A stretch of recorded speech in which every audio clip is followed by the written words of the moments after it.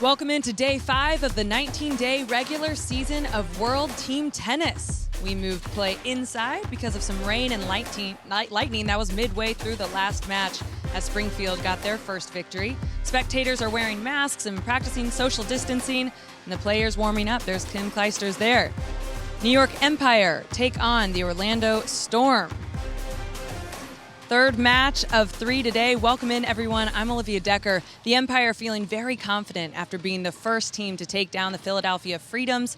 They won that in a sweep, 5-0. That includes a great set from veteran Kim Clijsters, defeating Sofia Kenin, her protege, the 2020 Australia Open champ.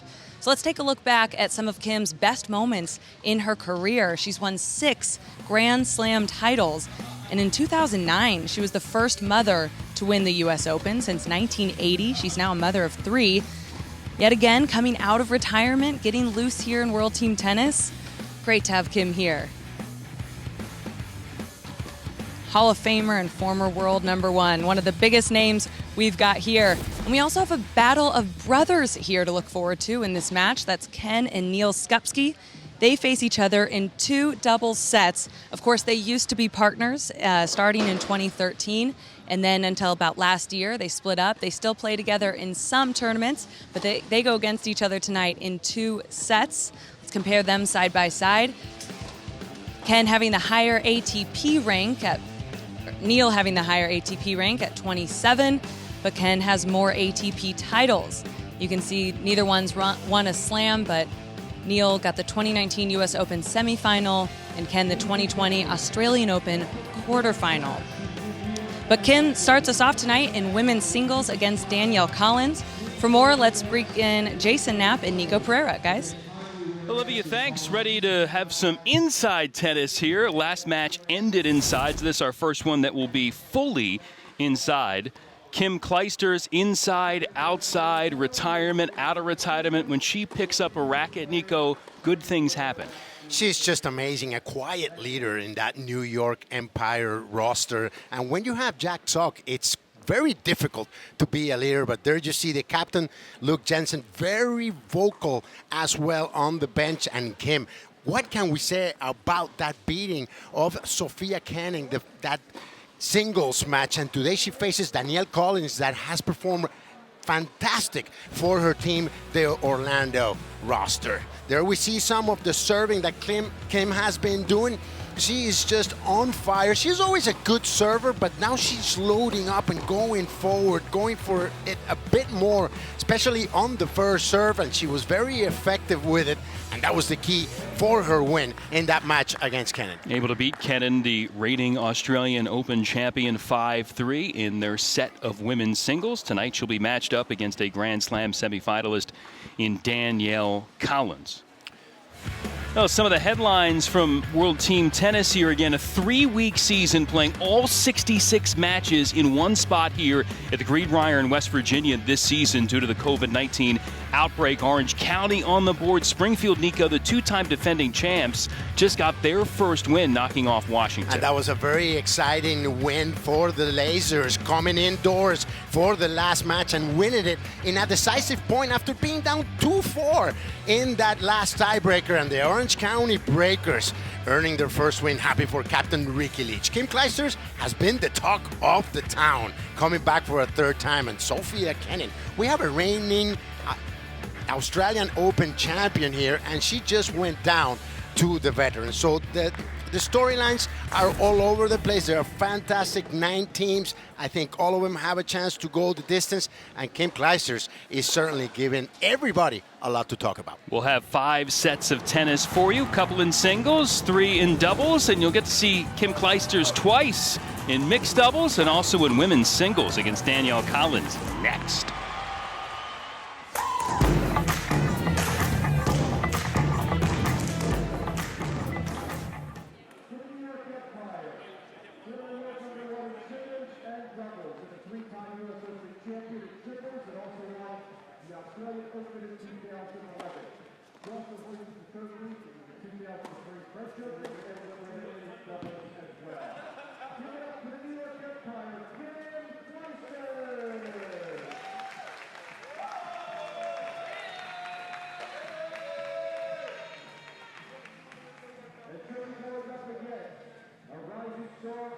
WTA Tour from St. Petersburg, Florida. Your second consecutive top 50 U.S. finish last year.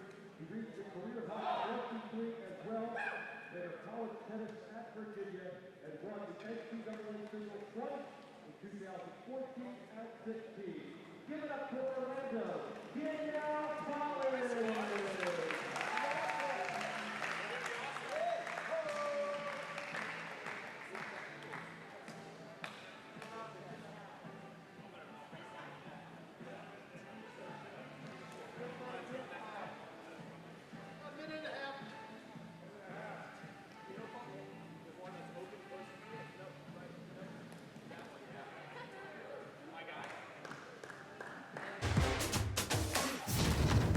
World Team Tennis on CBS.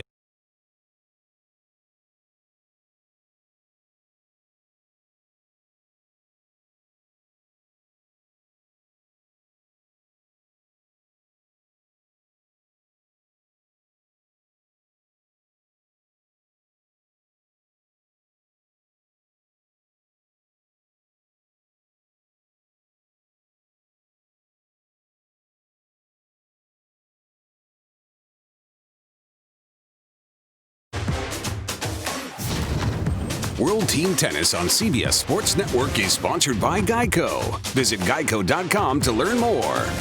By the Greenbrier Valley in West Virginia, home to scenic trails, quiet rivers, friendly mountain towns, and America's resort, the Greenbrier. And by Chosen Food. Join them in their sun-drenched utopia and visit chosenfoods.com. The avocado celebrated.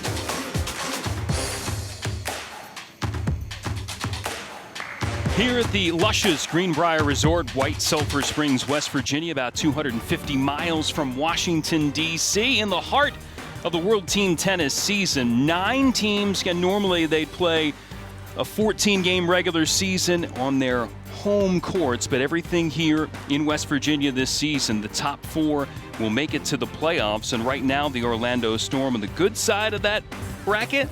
New York trying to get there as well. Our Wilson lineups tonight, Nico, again, 5 sets of tennis before us. Well, we've talked about the Clijsters-Collins clash to start it off, but the Skupski-Sandgren-Skupski doubles has me ready to watch some fantastic men's doubles. Then we have the mix with the Skupski brothers and Clijsters and Pegula. Pegula has been playing really well. And to me, here's the key. The Lisicki-Penske against Jurek Pegula. Lisicki-Penske have a big advantage in this match, and it's the 4th set. And then to close it up, Jack Sock against Tennys Sandgren. We have some good tennis for you here tonight. Well, the Hall of Famer out of retirement, ready to go against the Australian Open semi-finalist from a season ago, Danielle Collins, serving for Orlando.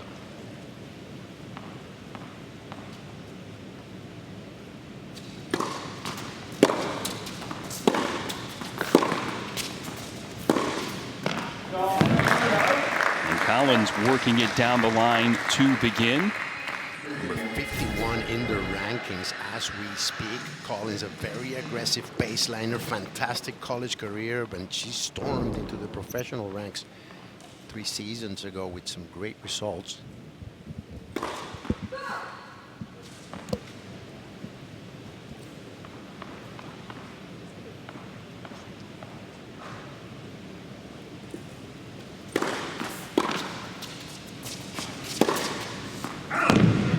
The stoppage, she lost in the 2nd round of the Australian Open, got to the semis of Adelaide, losing to world #1 Ashley Barty, but in the way she beat Sofia Kenin and Belinda Bencic.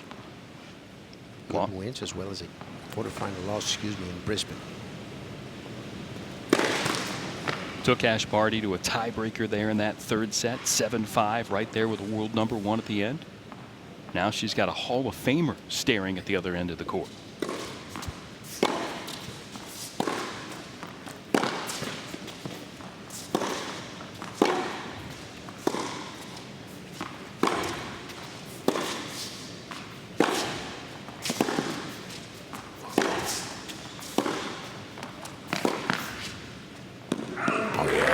Good ball movement by Collins, and we're going to take a look at her info at 23, 5'10", very good mover, turned pro 2009.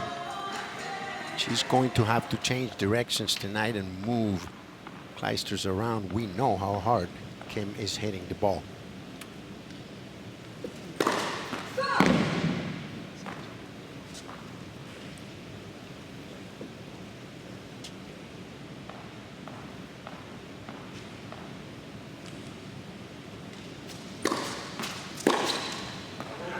Clijsters whipping the backhand down the line. It'll be interesting. All the matches have been played on the outside court here at the Greenbrier, but forced to move inside for this one. Different surface, you hit on it. What's it like?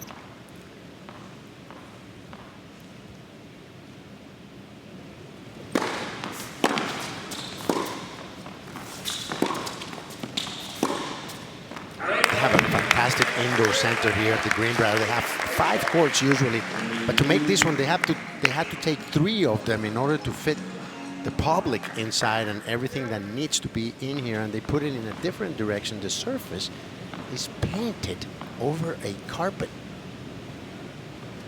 It's different than the hard court outside, but very similar in speed. That's why they changed the surface, and the players think is very fair, and so far the matches have been fantastic, and that's the biggest test Both of these that women, a court can have. Yeah, they were able to practice on it this morning. Our first deciding point here in this opening set. No ad scoring. Excellent first serve from Danielle Collins, and fired up. Jay Gooding off the Orlando Storm bench to greet his women's singles player with that win. That was just the bread and butter of Danielle Collins with that first serve and the big forehand. Big loopy stroke there going forward, and we know exactly how Danielle Collins fights for her points. Well, she lost to Monica Puig in her opening set of World Team Tennis 5-3, the Olympic gold medalist. And then in her last match, she dashed past 2017 U.S. Open champ Sloane Stephens, taking all 5 games.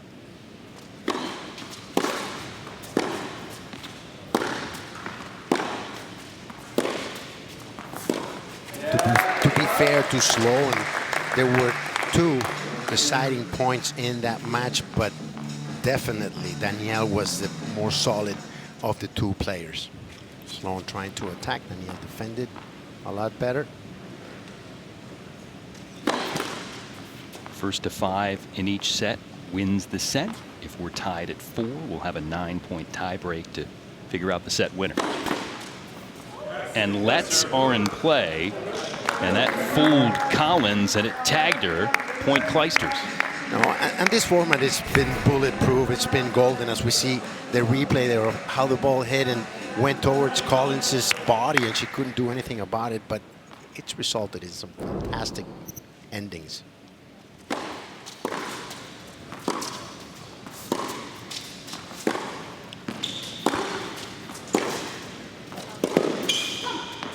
Even if you're down by a lot, winning a couple more games can be the difference between qualifying for the playoffs or going home. And there you see Clijsters' numbers, 37 years young at 5'8", in 1997 she turned pro. Check it out, from Brie, Belgium.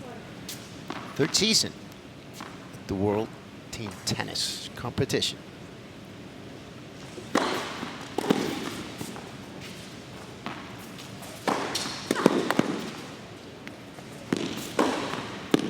Telling you, she's hitting, I don't know if anybody hits it harder, but she's up there. And the sound it makes here indoors is different too. 3rd comeback for the mom of 3. Broke away a couple of times. Last time folks thought maybe you'd be good for good in 2012, but back again.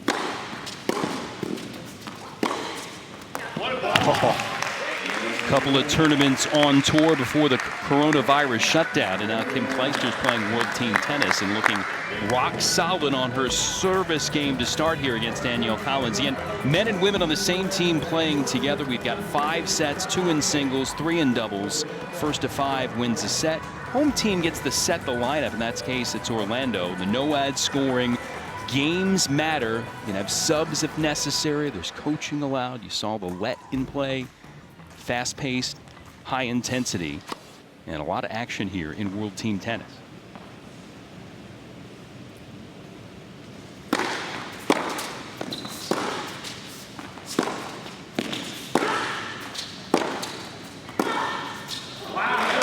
interesting. Jay Gooden, Orlando's head coach, putting Tennys Sandgren as the men's singles fifth set.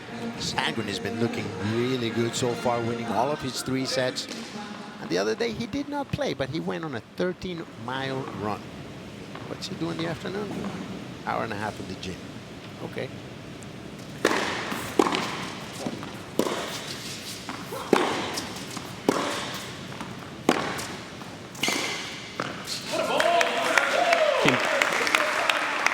Kim Clijsters playing here for the New York Empire. That's got to please Luke Jensen, who last year, in his first season, led the Empire all the way to the World Team Tennis Final, where they fell to Springfield in Las Vegas. And Luke's got some hungry players on this team. You got the likes of Clijsters coming back.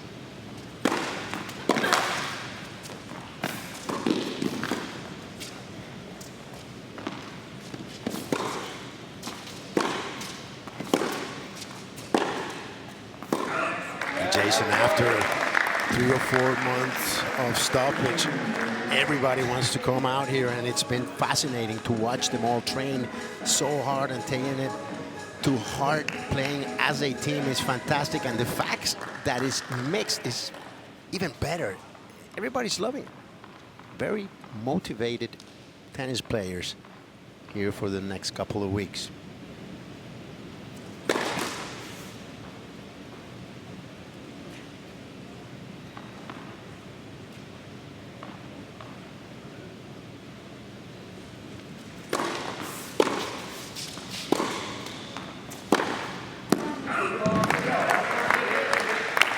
All Jay Gooding, Aussie native, former ATP touring pro, but a USTA national team coach. Currently works with Danielle Collins.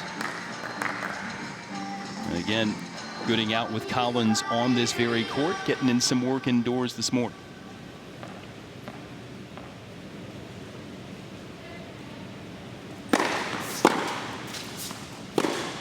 That could be to their advantage because players have to practice on this court. There are some more practice courts outdoors, but the issue is that there's so many players here that practice. It's pretty tight. Break point opportunity.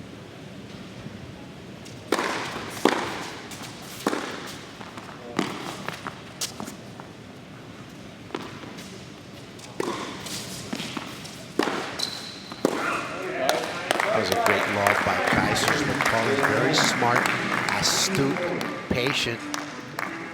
Waited for the mistake. Clijsters now has another chance. This decisive point, the second one. And Collins trying to survive at another one. Remember, she had to win a deciding point in her opening service game.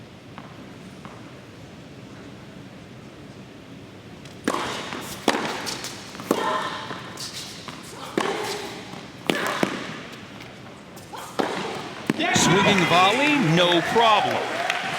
Outstanding play by Clijsters, hitting the ball very flat from the back. But as soon as she sees the opportunity, check it out. She was on her back leg here, but the defense by Collins, it was a bit short. Smart by Clijsters. Look how fast she reacts and goes forward after the defense. A few little steps, never a doubt. Thought she served very well against Sophia Kenin, but she played mixed doubles before she played singles. Thought that helped her get in the groove in the last match for New York. But now here in a traditional spot, warm up, get ready to go right out of the gate in singles.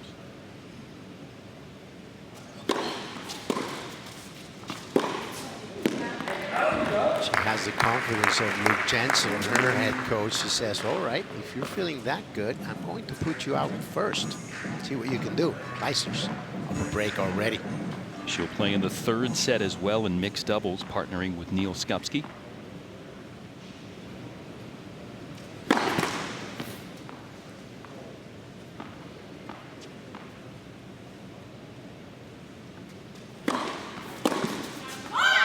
Collins crushing the forehand, and a beautiful winner to take the early edge here in this game.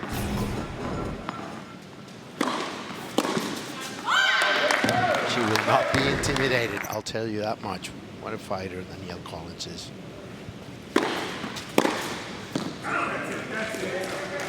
Trying to take advantage on that previous point of the second serve of Clijsters in Kim's win against Sofia Kenin. She won 14 of 15 first serve points, including 4 aces.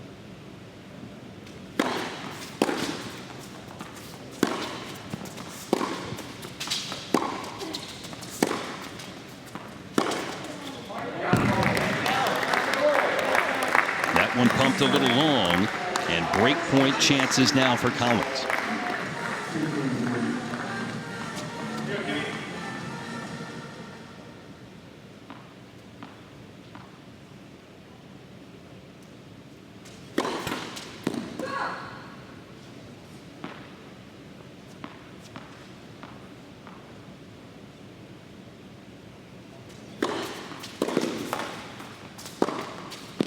Oh, yes.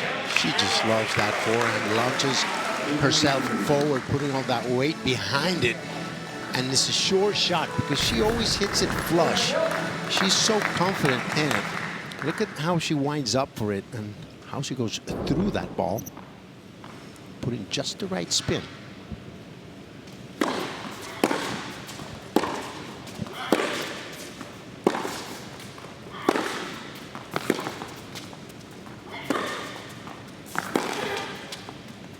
That's just too good. Good shot by Collins. Loves that cross-court backhand.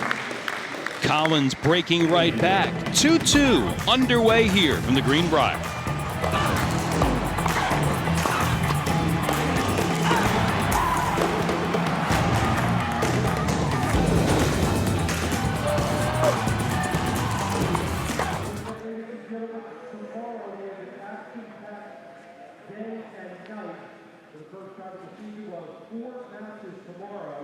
At 9 a.m. Philadelphia Freedom will go against the Washington Capitals. At 12 you'll see Chicago go up against New York, who you're seeing play right now. And then the last 2 matches tomorrow at 10:30, Springfield, and the nightcap tomorrow is San Diego, Orlando. And after top 10, an exciting tennis to come here at the Greenbrier.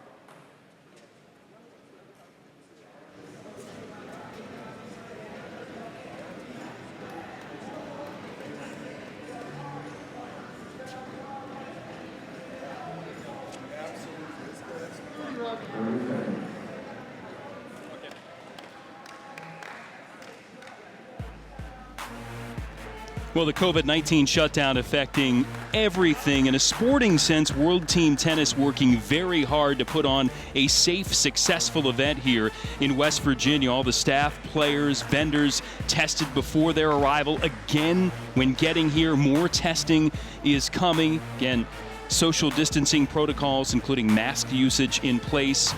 Again, fans being limited. And even so inside, they'll even be more limited, only about 150. Even our chair umpire, Roger Friedman, wearing his mask. 2-2 underway in this first set of 5 sets tonight in World Team Tennis. Collins serving here at 2-all.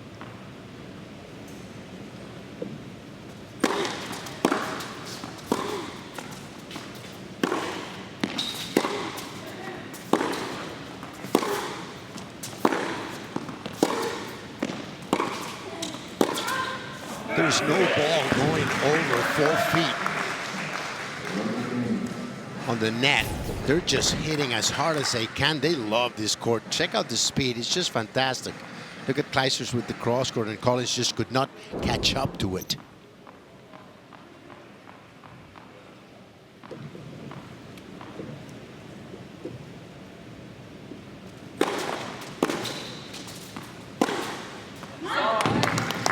Collins is just very sure of her forehand as well, and what a great matchup this one is. They're just straight up going at it.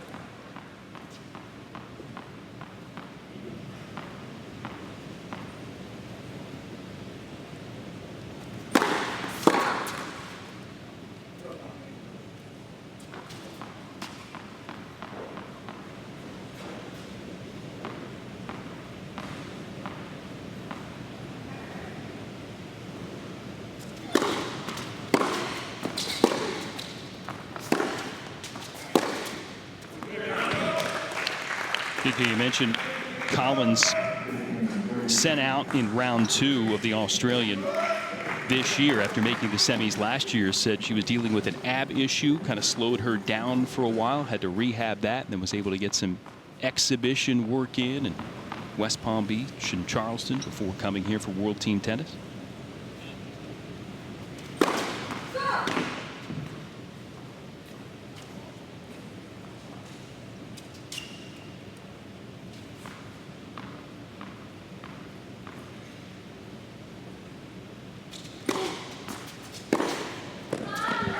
A lot of these players just grateful to have an opportunity to get back on the court. You can see just smiles. They're back in their element playing tennis. Everybody's loving it. I was talking to Jean-Julien Roger right after their win about an hour ago, and he's saying how much he's enjoying being out here. Although he misses home, he was used to it.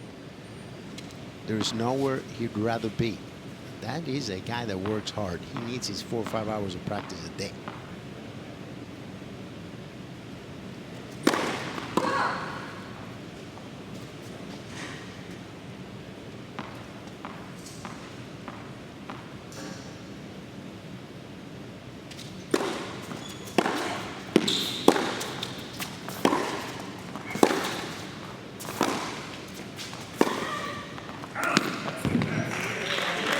Has had to go to the second serve here a decent amount against Clijsters. And hooking the forehand wide, Clijsters with an opportunity again to break her Orlando opponent. It's a very evenly matched set here to start it off between New York and Orlando.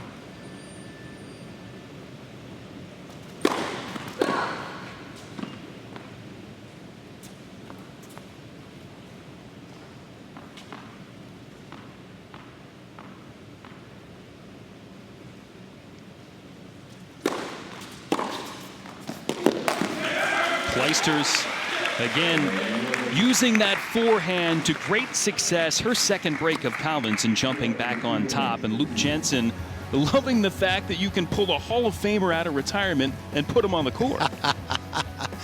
And check it out. What a team to play for. Founded in 2016. 2-10. Finished the season. Played the inaugural season at Forest Hill Stadium, no less. I love that stadium in 2017. Talk about tradition. And Luke with his ties as coach there. Luke has ties everywhere. Dual hand Luke. Remember checking him out at the Orange Bowl back in 1983, 84. Never seen anybody serve with 2 hands, or with both hands, I better say. With Brother Murphy, French Open doubles champions in the mid-90s.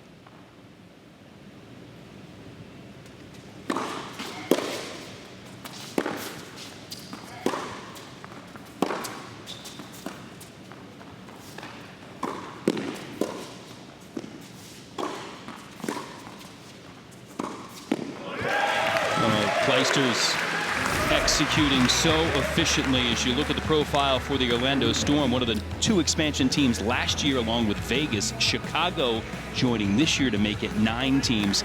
Collins and Sandgren have been single stars. I'm telling you, they are stacked up. They have some great players and they have good chemistry in the team. There you see Jay Gooden, who knows what he's doing on the bench. Playing as the home team here today.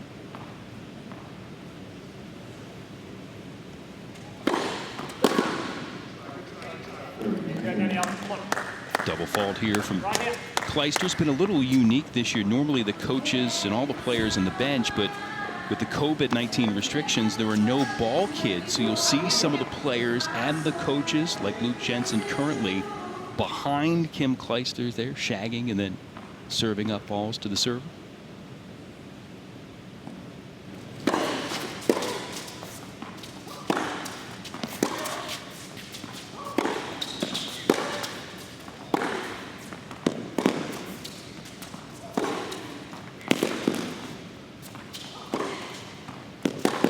She's just unstoppable.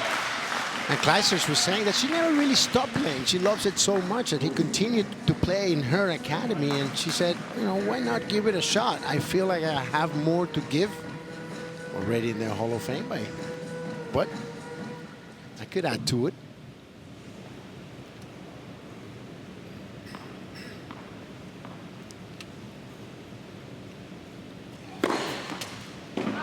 Get an ace to finish. If anybody's got a roadmap to come back, Nico, it's her. She's done it a couple times, now coming back for the third time. We talked about her serve, and here we see her forehand. I'm sure we'll see her other shots later, but just check it out. How she goes forward to take time away from her opponent, easily putting that one away. And here we have a great angle, checking out how she had the whole court open. And she plays with a bit of margin as well. She doesn't need to go to the line. That's an experienced 37-year-old going at it. One of the best in the business. And here we go with the first serve percentage at 78. Kim Kleisters, take a look at her backhand in a little while as well.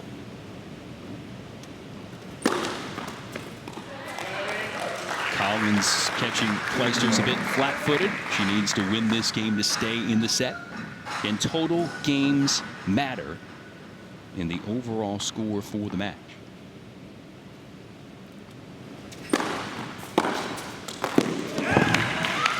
Another great forehand by Kleisters.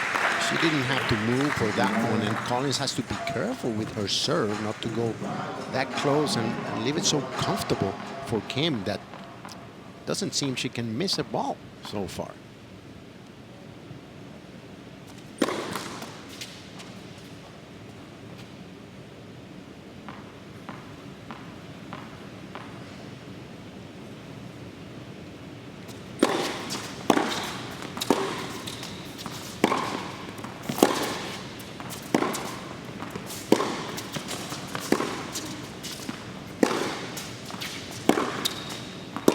This business, we have eyes everywhere, and we're just told that this morning Kleisters was practicing precisely that return. We saw her hit for a winner a couple of points ago, so she's ready. Collins practicing here, Kleisters as well. That's why they're so good at what they do.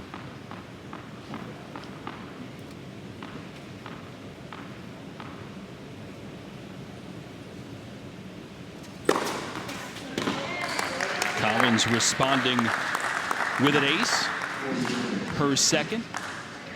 Kim Kleisters said she didn't bring the family as of yet. They may come a little bit later, but a couple of people on her staff working. We've seen her getting a lot of work in practice-wise, all the fitness stuff.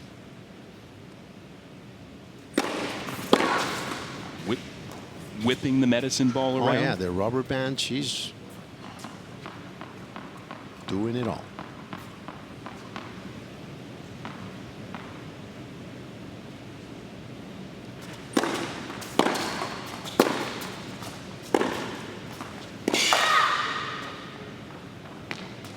Nobody knows their body better than a high-stakes athlete, and she just feels good. She says it to whoever wants to hear it. She doesn't have a bandage in her body. She's moving well.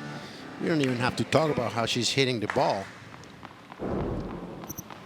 Person that knows the game 6 times, Grand Slam champion.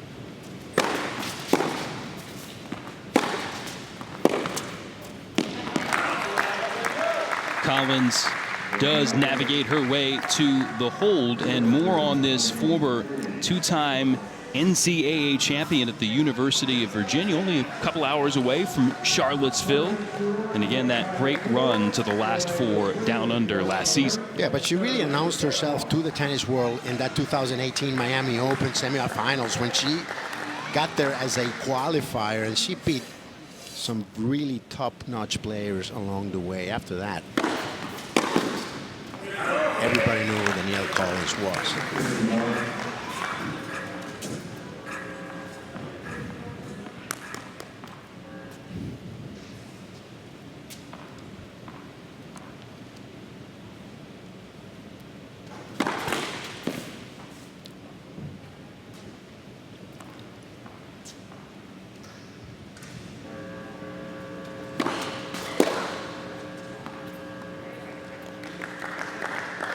Double fault for Clijsters. That's her second. Yeah, she's trying to close it out here with her serve. She's already been broken once.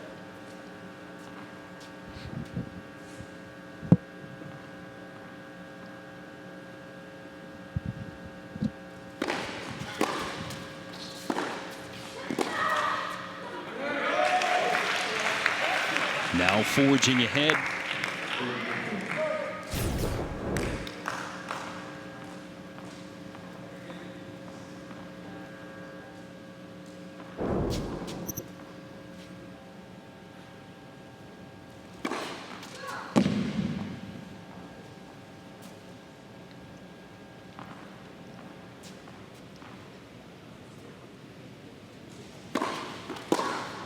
Going for a little too much on that second serve, it seems, because Collins is very aggressive. That's the pressure that Danielle puts on you, and now we're at 30 all. When she's gotten the first serve in, she's usually won the point. 9 of 11 thus far.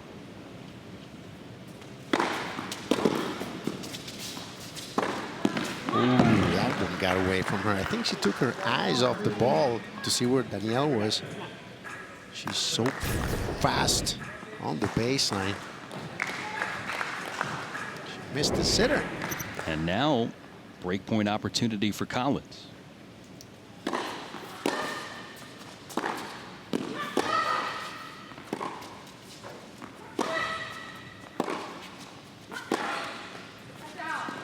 That seemed long. It did from our vantage point. Collins stopping the play and the umpire confirming it, and there's just no quit in this young lady, and it's just incredible. We're going to a deciding tiebreak. Great fight by Collins here, and it was clearly long. Yep. Hawkeye Live computer calling system calls the lines here. There are no lines people in this system. But if there is an obvious error, the chair can overrule. Roger Friedman did, and we go to a 9-point tiebreak to decide the set.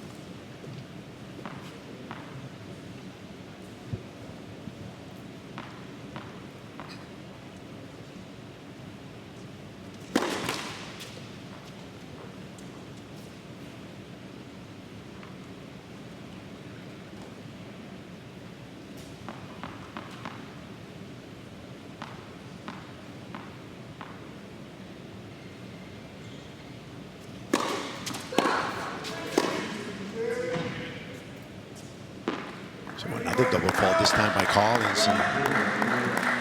Great women's singles match to start this one. I have a feeling this is going to be close all throughout, partner. A little frustration after that work to get back even in the set.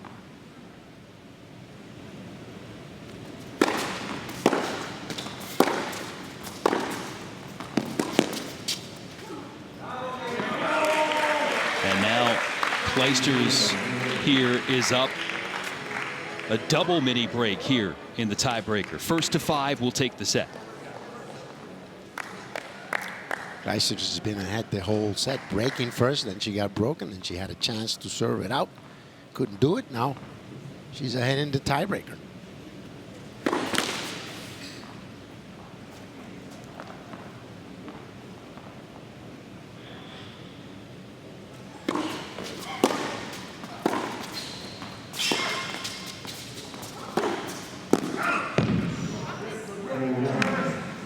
That one called out. Collins on the board. That's what happens when you're playing somebody that covers the baseline so well, side to side. You tend to go for the lines a little too much.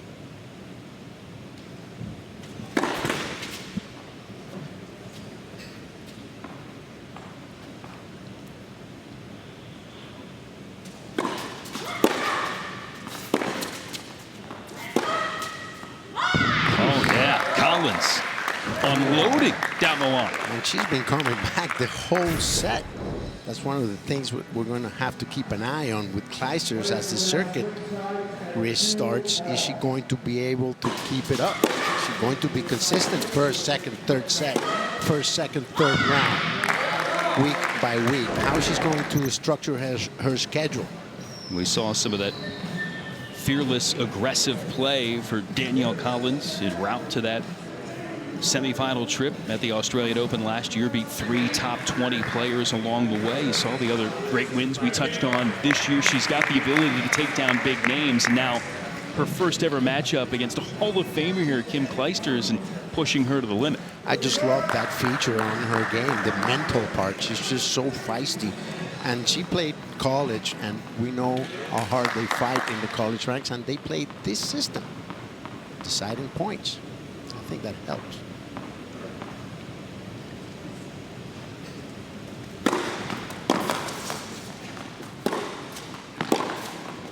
Oh, yeah.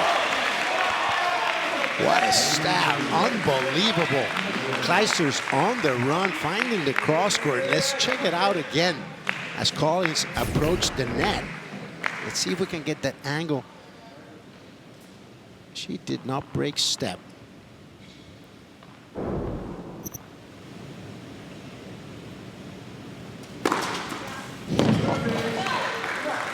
Collins right back. I love it. Action and response from Collins, 3-all. We got men's doubles coming up. Sock and Skupski against Sandgren and Skupski. Stay tuned. Yeah, the brother battle is on the way. First of 2 sets in a row for the brothers Skupski. Clijsters has the final 3 serves of this tiebreak if needed.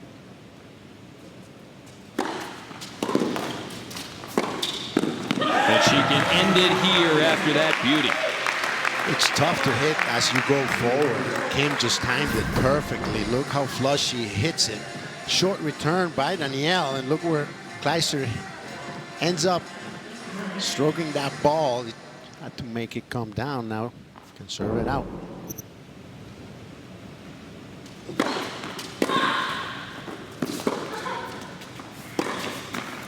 Oh, what a pass there from Collins. Yeah, Clijsters had the shot. And I think she was waiting for a higher bounce, and Collins got the opportunity to get the high forehand, and Clijsters now will have to serve a deciding point, and this could not be more exciting. Well, it can't go any further than this in a World Team Tennis set. 4-4 in games, 4-4 in points in the tiebreak. This point decides who wins it.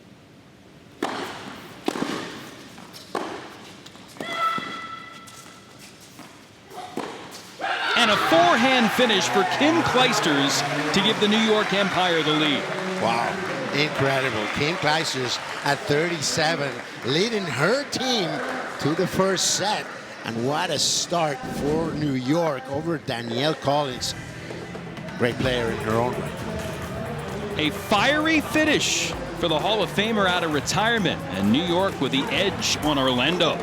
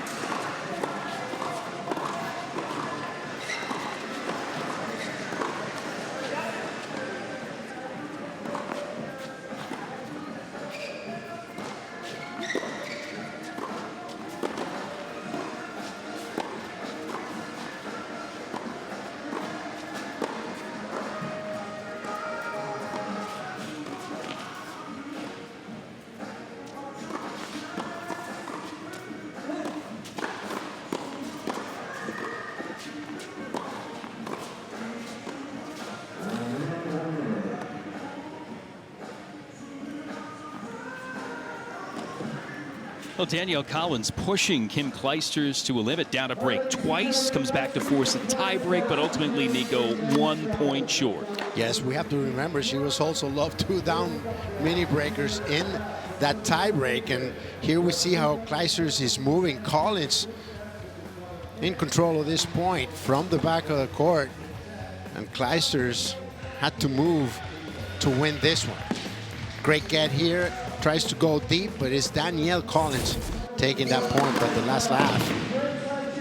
It was Kim Clijsters who ran just a little bit more than her opponent, and that was the difference. We said it was going to be close, but it doesn't get any closer than that, and that's the excitement we've been living these first 5 days, and I think we will continue to live. It's just been great. The guys have fought every inch, and that's what this format makes them do at all times. There's just no stopping because everything counts. The Chosen Foods mover of the match as we get ready for men's doubles. Jack Sock with that All-American racket there, the 27-year-old regarded as one of the elite doubles players in the world, rebuilding his singles rankings as well. Picked up some Grand Slams, subbing in for Bob Bryan a couple of years ago, and has gotten some things done in his own right. And seems like he's in good spirits here as he continues to get healthy and work his way back. Well, he's always about good spirits. He has a good time. He has good friends today. He was watching the golf a little bit and he was enjoying himself, but when he goes to practice, he takes it seriously and he looks very good. We know how good of a ball striker, of an athlete he is. It's just the consistency and the bad luck that he had with the thumb injury that kept him out for quite a bit. But Jack's going to be around for a bit, and a long bit at that. I just think he's great to watch, especially in doubles. He's just so tough to play against because there's very little weaknesses in his game. Well, he's partnered with Neil Skupski on the other side of the court. You saw Tennys Sandgren and Ken Skupski, the older brother of Neil here, paired up for Orlando. Yes, they used to play together, but now Neil, the younger one, has a chance to play with Jamie Murray. And the older brother, father of 3, said, please, go ahead. I'll make my own way.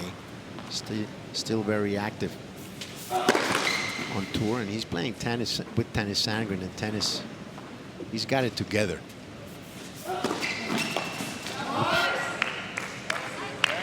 Now, Tennys Sandgren, Nico, you touched on his great play in singles so far. Hasn't lost a set of the 3 he's played. We'll see him against Jack Sock solo later, but has quality as well in doubles. Quarterfinal run at the U.S. Open a couple of years ago. He's got that twinkle in his eye since we saw him last week. Feeling really good about his tennis and his fitness. Of course, as a singles player, twice a quarterfinalist at the Australian. And Sock has gotten his best results on an indoor hard court, so look for him to have a bit of an edge on this one. 14 career men's doubles crowns for Jack Sock, including 3 Grand Slams.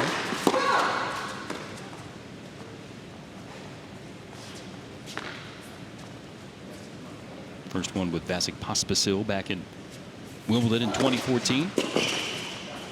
And then the pair he filled in with Mike Bryan during the 2018 campaign when Bob Bryan was on the shelf with his hip issue. A hold for Sock to begin, and the overall score advanced down for New York here to 6-4. Yeah, this is a match that Sock and Skupski should control and give their team a little bit of a bigger advantage. At the end, they are the more solid, or the team that has the advantage on paper. But anything can happen on the court, and I'm sure Tennys Sandgren and his partner have other ideas.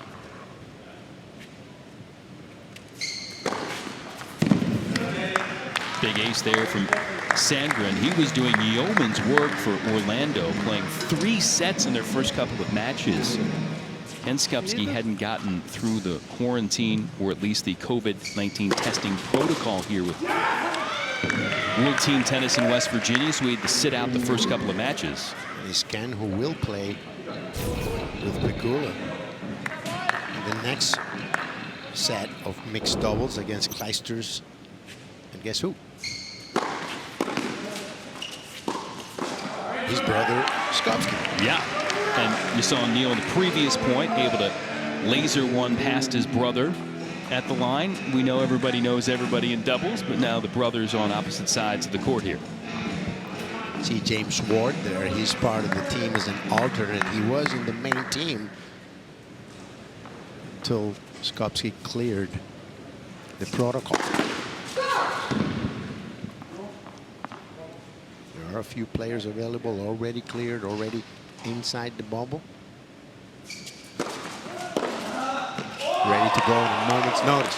Wow, that's the third return from Neil Skopsky. He's en fuego. And the breaking from the start. He won those 3 points with 3 winners. 2 backhand down the line and that forehand rocket. Now you understand why Jamie Murray made the phone call to try to poach him away from older brother Ken, and that's what happened. 7-year separation for Ken Skopsky, the lefty, Neil Skopsky, the righty. Yeah, and all the British players say that they go watch them. I'm talking about the younger British players, and they have such a nice group of doubles players so far. But these 2 guys are just fantastic, and they're willing to give and to share, and they're really a tight bunch. It's great to see. And in this format, Neil Skopsky excelling last year for the Empire. He was the male most valuable player, helped push New York all the way to the World Team Tennis Championship match.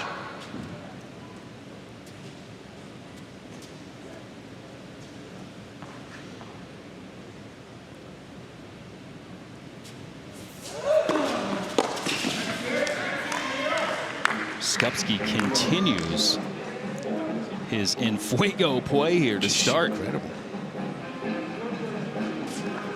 Forehands, backhand, serves, everything has been spot on for the 30-year-old. Neil serving up a storm too.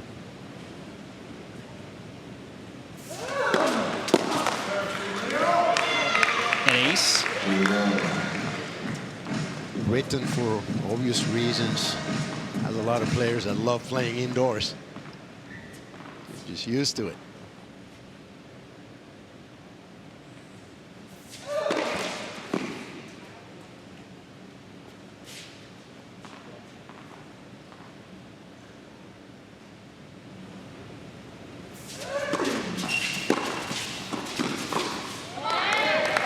Ken able to clean up at the net. Little brother can't have all the fun. This is just a great return by Tennis. Putting it right at the feet. Not much Neil could do there.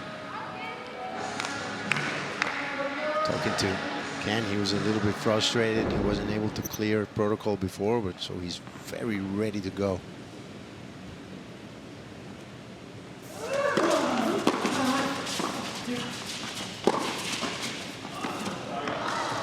When you're that good, sometimes you get lucky as well. Everything flowing the way of Neil Skopsky and Jack Sock right now, as they have taken all 3 games thus far. So now the advantage is 4 games as Clijsters wins 5-4. Now it's 3-love. You have to watch the score. Every game counts. It's important now for Tennis Sandgren and Ken Skopsky to figure out a way to put some points on the board. Keep this alive as Clijsters and Skopsky are next to go in the mixed. Get games. That's the mantra here in World Team Tennis. Just try to win games and see how you stack up at the end. You look like a team, Nico, like San Diego, twice already in the early season. They've won more sets than their opponent and lost the match. That's just a killer, and that just eats out at you as we see Ken's numbers there at 37. Turned pro 19 years ago from Liverpool. Great guy. He and Neil both ending up playing college tennis at LSU.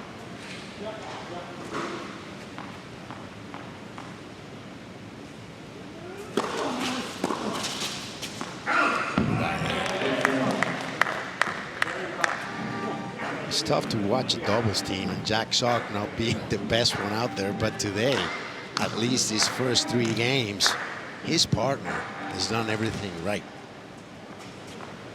Not much Sandgren can do.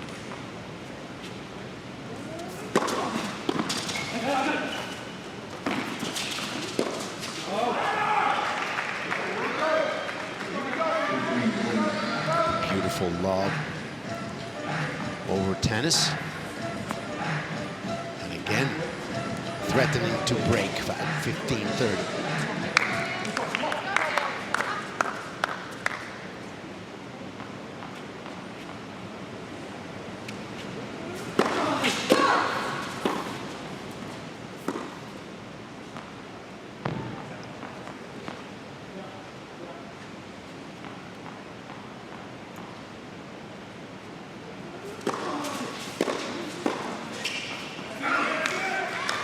Right now, the problem magnified here for Orlando. More break points available for New York, and a Geico timeout taken by Jay Gooding to try to just slow things down and regather his guys. It's like a standing 8 count.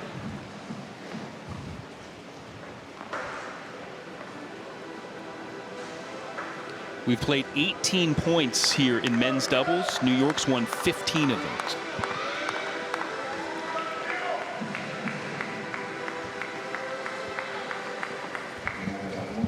First serve percentage points won for Orlando in this set. Not good.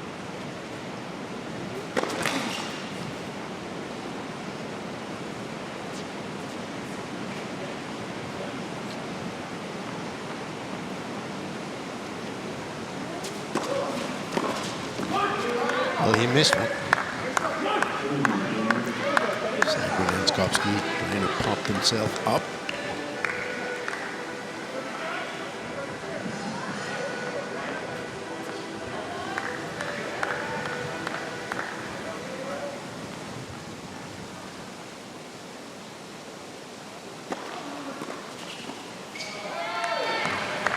Better execution there for Orlando, and working its way to a deciding point.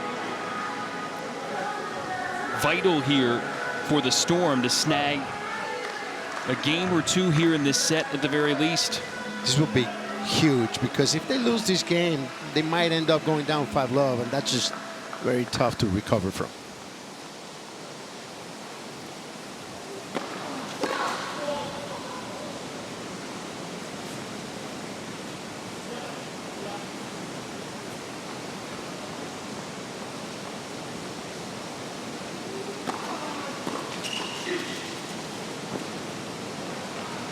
That's long. That's a great job by Ken Skopsky, finding Jack Sock's backhand. Well, Orlando gets off the deck in that game, but still facing a deficit here in set 2.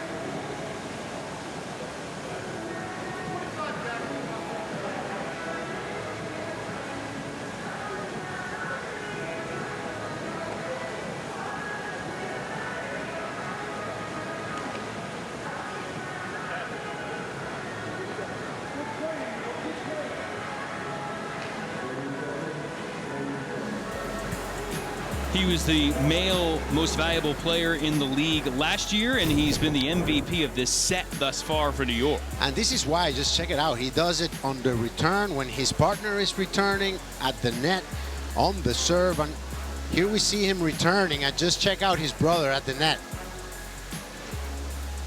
He just couldn't do anything against that cross-court return. He did it off the forehand, he did it off the backhand, and then he served a spotless game losing just 1 point. We're going to see Neil Skopsky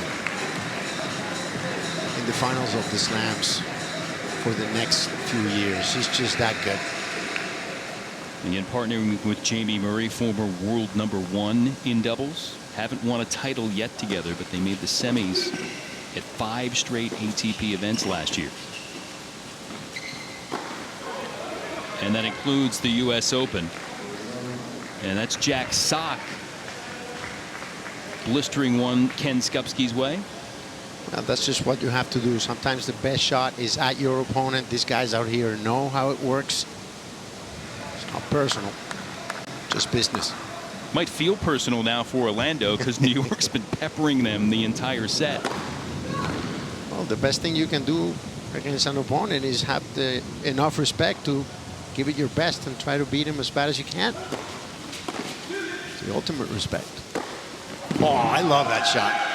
That's a Sock special right there. That's what we pay to see. Once again, please. Great serve. You know, excuse me, Ken did not get all of it, and Jack loved it. He knew it. You heard a little thunder in the background. That wasn't from the Jack Sock forehand there. It is coming down hard. Yeah. I mean, they made the right choice staying indoors. We are inside. Easy stuff there for Skupski and Sock to get the hold for the first time here this week. Again, 66 matches in 22 days. I didn't think we were going to pitch a shutout and get all 66 in outdoors. You knew it was going to rain at some point. Previous match, Washington Spring Heat Field moved in here in the 4th set. They decided to stay in here tonight, and it's the right choice. But it's just great that the Greenbrier, and that's one of the reasons, or the main reasons, World Team Tennis chose this site is because they have this indoor court. It's a wise choice, and especially on a day like today. What a place. It's just special. What a player right now. Neil Skupski continues to smack away. Well, tennis's serve was a bit weak and allowed him to go in, and he's just feeling it right now. Look at the smile on his face.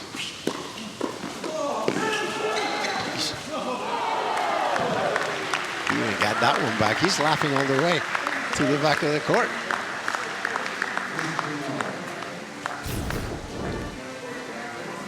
Look how he gets ready. Doesn't move much. Just alert all the time.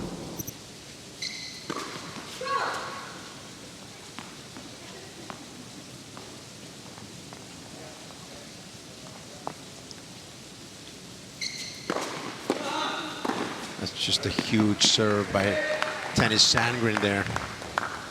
A bit frustrated. And for Orlando, gaining a game here is massive.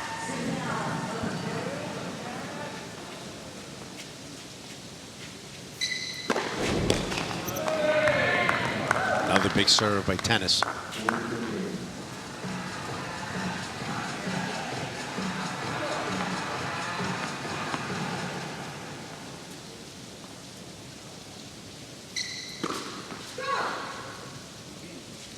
Sabine Lisicki there in the back trying to catch the serves. She's having fun. Tennys showing some of his serving prowess. Able to pick it up latter stages of that game and get the hold. Orlando down 3 in the overall, but Skupski can serve it out right now. Neil Skupski will have the serve on it. Well, Tennys looking to have the last laugh as he plays Jack Sock in the 5th set, the men's singles, but there's a long road ahead till that one. These 2 games could go very far. This is just very fast tennis going on right here. Little self-preservation for Jack Sock. And then your partner comes in and cleans it up.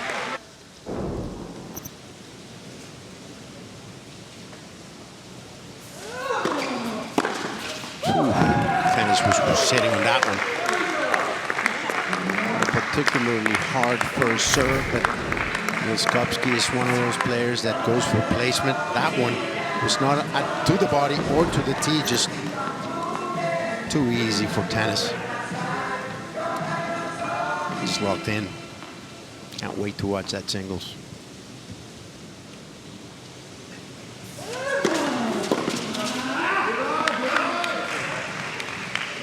Wondering, can Orlando get a sniff of a break point possibly here? They haven't really had a lot of chances. New York's serve game has been so strong.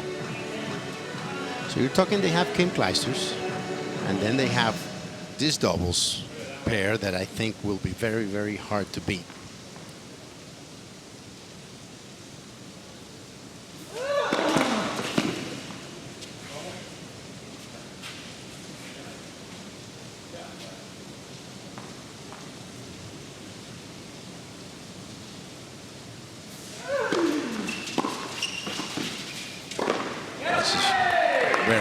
Very good return by Sandgren. Not going hard this time, going with the feel, cross court. And there we were talking about Clijsters and Skopski. Then they have Lisicki and Peschke playing the women's doubles. And Jack Sock in the men's singles. So another one of those teams that we can say has a chance or can aspire to be this year's champion.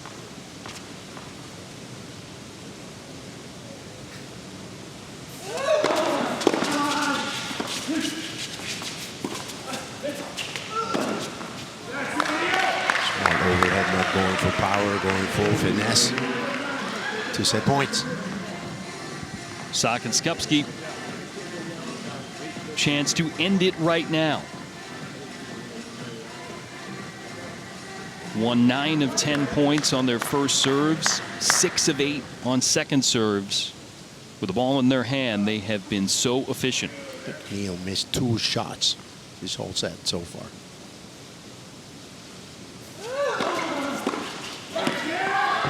That'll do it. Neal Skupski, Jack Sock, rolling over Ken Skupski and Tennys Sandgren, 5-2 here in men's doubles to extend the New York overall lead. Luke Jensen in there for some elbow bumps. His team in control. We'll see the Skupski brothers again, and Kim Clijsters gets her second set of the night. Come on back for more tennis from the Greenbrier.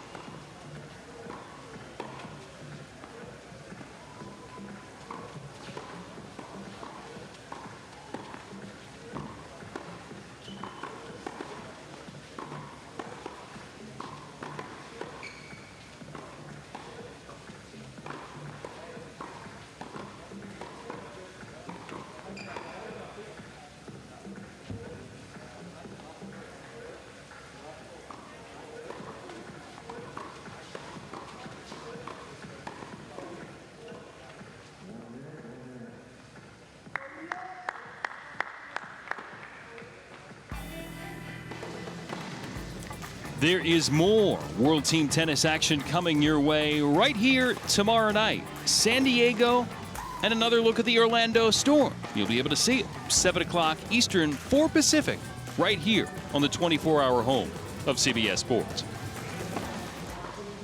Oh, look so far at our first two sets, both in favor of the New York Empire. Clijsters getting it done over Collins, and then Sock and Skupski victorious. Yes, and they have been impressive for two very different reasons. The first one was just toe-to-toe with Clijsters going ahead with the break twice, serving for it at 4-3. Danielle Collins always fighting back, the same as in the tiebreak. It ended up with Clijsters winning that 4-all point in the tiebreaker. Just fantastic. And look at her winning the seven straight sets, defeating Philly in the last match 25-17 for the New York Empire. And then the doubles, it was just impressive to watch what Neil Skupski can do with a tennis racket. It's just fantastic. And Jack Sock was there just marveling at his partner, and Jack Sock is one of the best 5-6 doubles players in the world. So that was just very nice to see. And you see the numbers on Clijsters of the opponents in the last two matches, and she's beaten players that are 16 and 11 years younger than her respectively. And in which way? She beat two players that have probably seen her play when they were just picking up a tennis racket. For sure. And Cannon was talking about how she went around the tournaments with Clijsters. That used to be her idol, and I'm sure in some ways still is, because when you grow up watching somebody doing the thing you want to do, you know, there's just, that doesn't go away ever. Here we go in mixed doubles. Skupski Clijsters against Skupski and Jessie Pegula. There's that quiet intensity about Kim, and I think Sofia kind of looked up to her on that sense, and it's just something to admire how they just keep going forward. And I hope Sofia can get a lot out of these couple of weeks here next to Kim.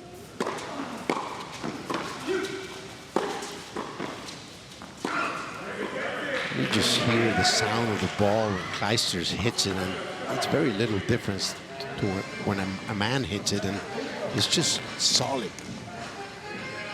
And she's talked about having to make sure her fitness level is with the best here in the world. Going to have to be the fittest I've ever been and move like I did in the past. And certainly from what we've seen in the sets she's played here in singles and doubles, she is certainly on the right path. She has to be loving it. She has to be having the time of her life with her kids growing up, and she doing what she loves. It's just dream life. She's a mother of three. The guy serving right now is a father of three, and he talked about being in lockdown with his kids during the coronavirus shutdown. Like a lot of parents, he was doing the schooling. His wife was out with her job, and he was busy Yes. off the tour getting things done. He was talking about that. He says he was going crazy because he has 3 kids under the age of 8. It's a great serve by Ken. 37-year-old. Again, we mentioned splitting with Neil, but finding a new partner and having success again this season, making the quarterfinals in the Australian with Santiago Gonzalez.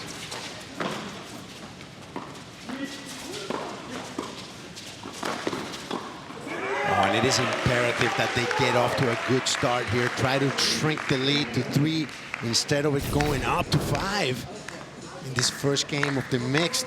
Good overhead, but just not enough from Neil. Deciding point here, opening game of mixed doubles. My bad, that was not enough from Ken.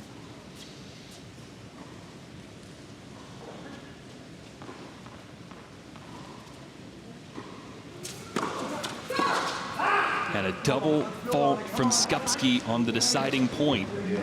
A break here for New York, their 5th of the match.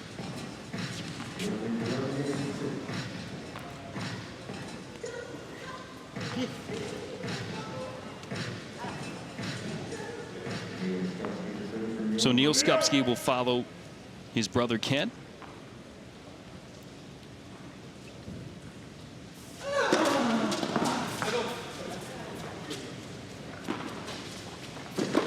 You can credit that double fall to the pressure put in by Neil's return in the doubles they just finished, the men's doubles, and this could get ugly in a hurry.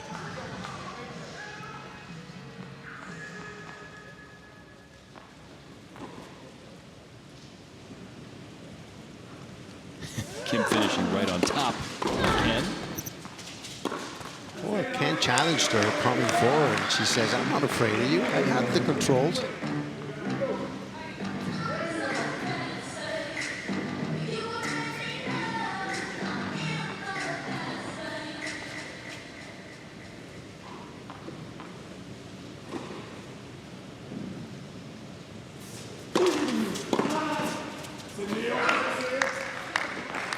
Big serve out wide for Neil Skupski.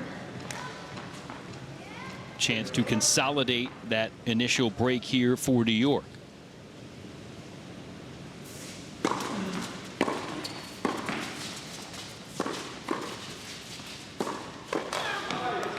Pegula powering one that Clijsters can't handle.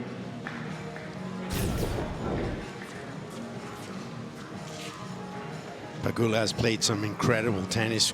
She hits a clean ball as well, moving very well and working very hard. 80 in the world in singles currently, 115 the world ranking in doubles.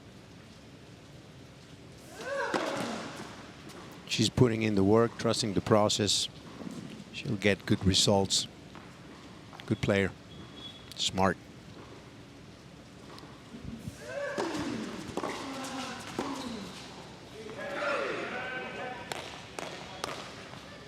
Well, some life for Orlando.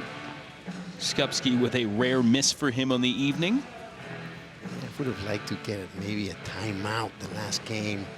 You know, get something going. Hold serve, especially the man.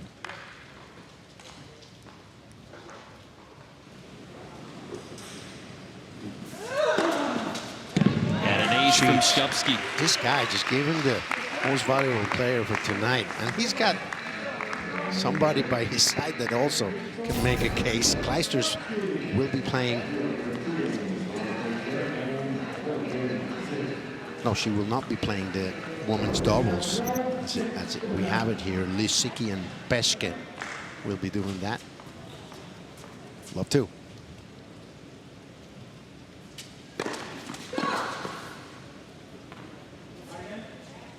So Pegula trying to get Orlando on the board in the latest serve game for the Storm.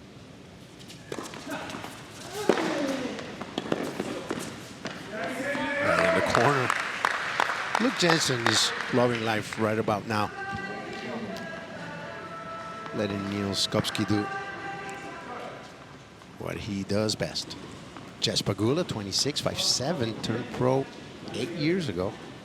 First season here at the WTT from Boca Raton. That's where she plays out of. Made the final at Auckland in singles to start the year. Lost to Serena Williams in the championship.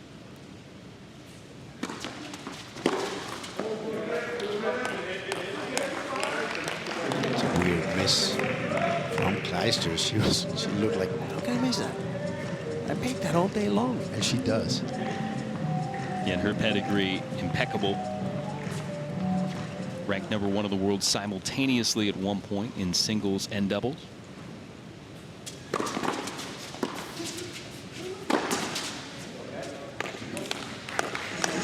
And they play the Letts in World Team Tennis, and Orlando able to capitalize on the put away from Skupski. Big discussion about playing the Letts. A lot against, a lot in favor. They tried it at the next gen. Singles players didn't like it. Hold that one for me. What a massive forehand. Nick Politeri in attendance. Mr. Nick, my love to you, sir. Enjoying a little World Team Tennis. And the net in play again. 30-all.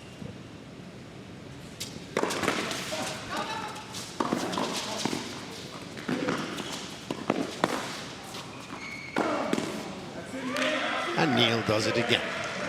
I don't know if that ball was going in. It was just so fast that his brother could not react to it on time. It must be very tough playing your brother, and when they have a 7-year gap, and it should be really interesting dynamics when you know each other so well and meet each other so well. And partnering for some ATP doubles titles, a bunch on the ITF circuit. Now gone their separate ways on tour. And right now, New York continues to roll. So another tough start in doubles, all due to the excellent play of this gentleman, Neil Skopsky. And Kim Clijsters has done her part, but it's just remarkable. I mean, this has been 45 minutes of almost perfection by this man. Neil Skopsky was funny when he found out Kim Clijsters was going to join the team and play mixed doubles with her. He said he went up to her and was like, which side would you like me to play on? Whatever you'd like to do, I'll do. Hey, and that's the respect, you know, somebody of the stature of Kim Clijsters does. I think even Jack Sock is looking up to her.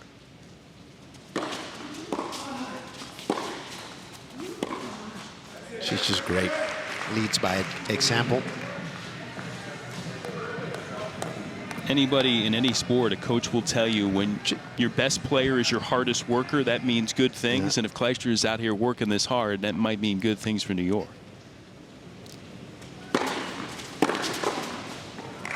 Can you imagine if she makes a run at a second week of a slam, the attention is going to get? Here we go.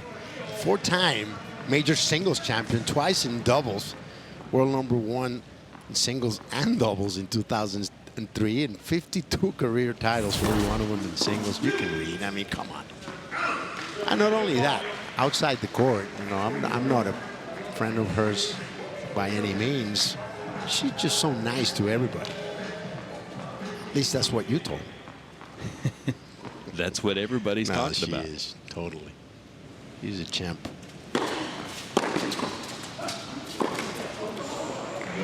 A hold at love, and New York continues to pour it on. 4-love here in the set, 14-6 in the overall.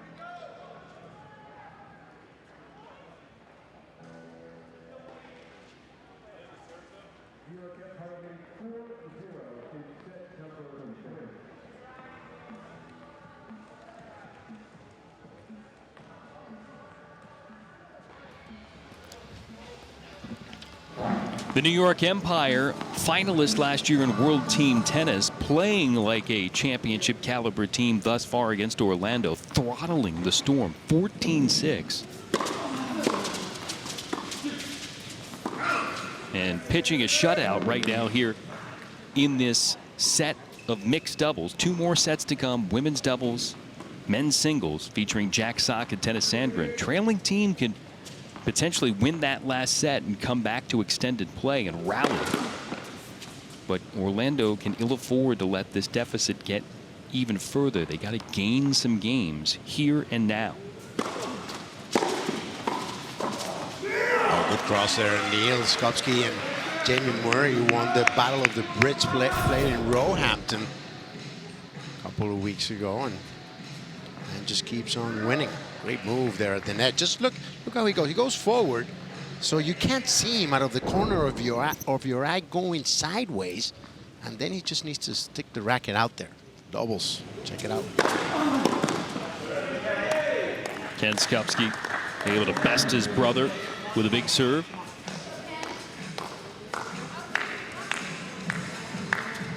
Orlando beat Springfield in its opening match, the first of the 2020 World Team Tennis season, lost to Las Vegas, and come back and beat the expansive Chicago Smash.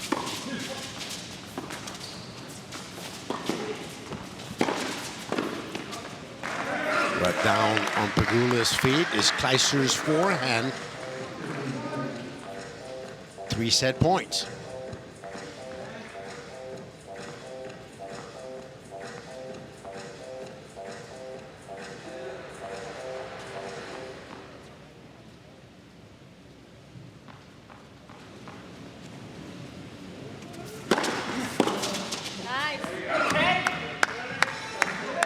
One save by Ken Skupski and Jess Pegula.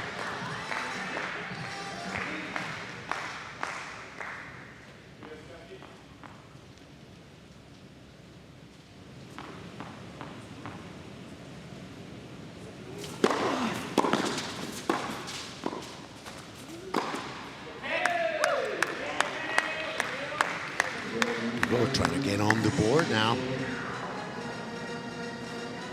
Orlando has scuffled to win points, especially on first serves. They've only won 44% of their first serve points in the match.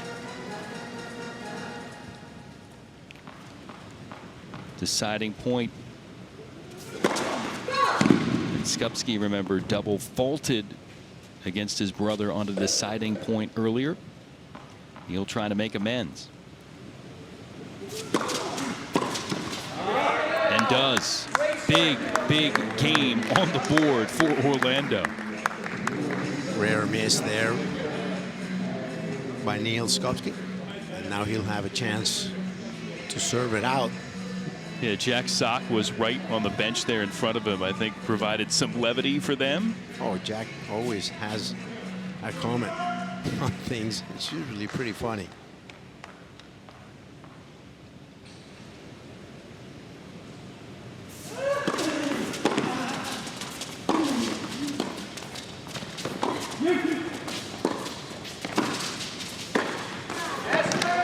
Pegula not had a ton of opportunities to shine so far in this set, but does there. Oh, when she can, I mean, when she has a chance, she does. She's a great player. I love it. Kleiser doesn't put much on this backhand overhead, and there goes Jess coming forward and doing her thing.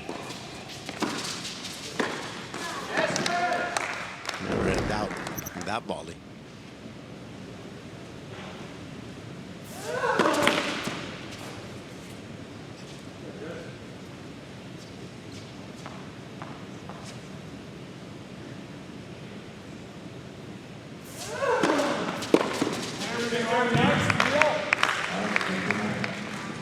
Neal ratcheting up the serves.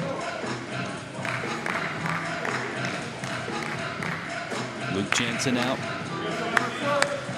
Serving up some balls as New York tries to put this away. And Luke's always got that positive flow going. Hasn't had maybe to do too much tonight. His team's played lights out.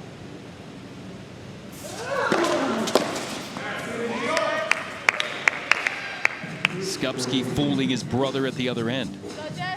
This has been impressive.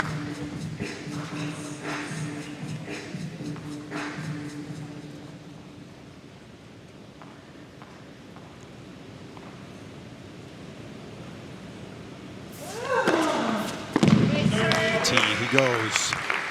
3-set points.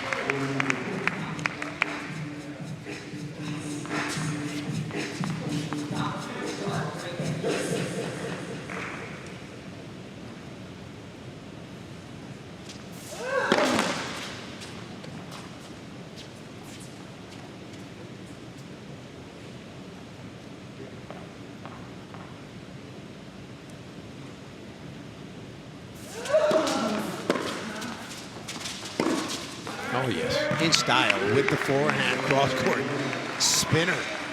Would you expect anything else the way he's played tonight? Well, he gave his team 10 points and lost only 3. Cain Clijsters did the same in terms of putting 10 on the board, but she lost 5. I mean, what a start for the Empire. Neil Skupski, Kim Clijsters helping stretch out this New York lead. It's 15-7.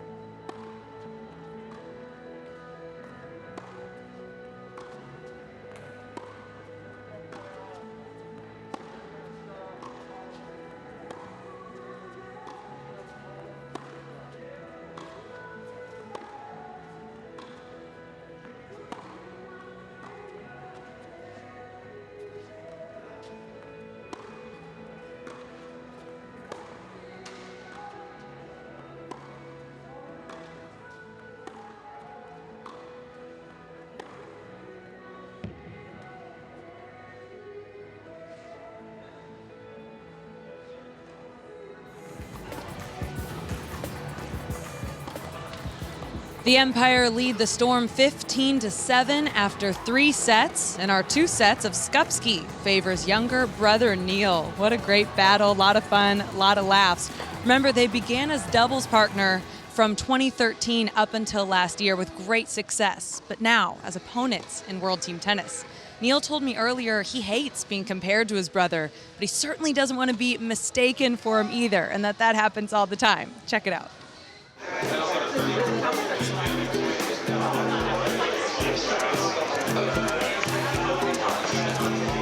He's been going underneath or proper pop, yes. James Milner. All right, boys. Well, the perfect setting to have a chat about friendship. Cheers. I know I talked about it when I talked about family, but for me, friends are family too. You guys exemplify that as well. So talk to me about the friendships that come out of the game of tennis and that will weave their way through World Team Tennis. Yeah, I think it's massively important. I touched on it before. I said that Ken and Neil, the tour is lonely. It can be tough, and that's why, for me, is why I'm so excited to play World Team Tennis, because, one, you're in a team.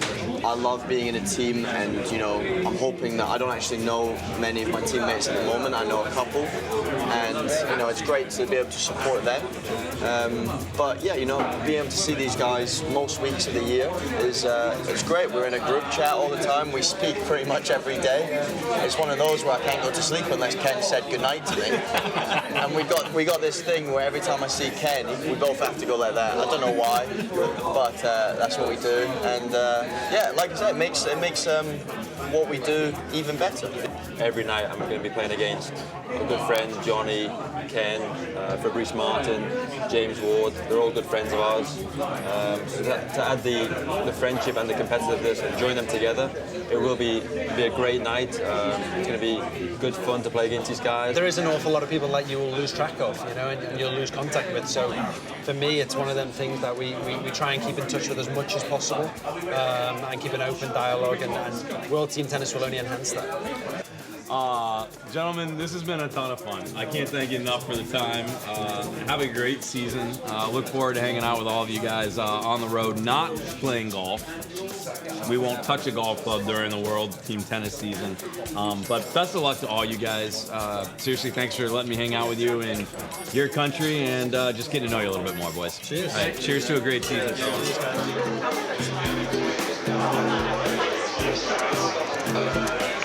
Boy, great stuff from Nick Gismondi. Thank you so much for that, Nick. Great accents in that piece, too. You got to love that. You could listen to him talk all day. So obviously, Neal Skupski taking the 2 sets over his brother. Let's take a look back at the first set with Kim Clijsters winning 5-4 in a thriller over Danielle Collins. A lot of passion in that first set. And then Jack Sock with Neal Skupski, and then Kim Clijsters again with Neal Skupski. And that's how the Empire have rallied up their lead. 15-7 over Orlando. A lot more ahead of us.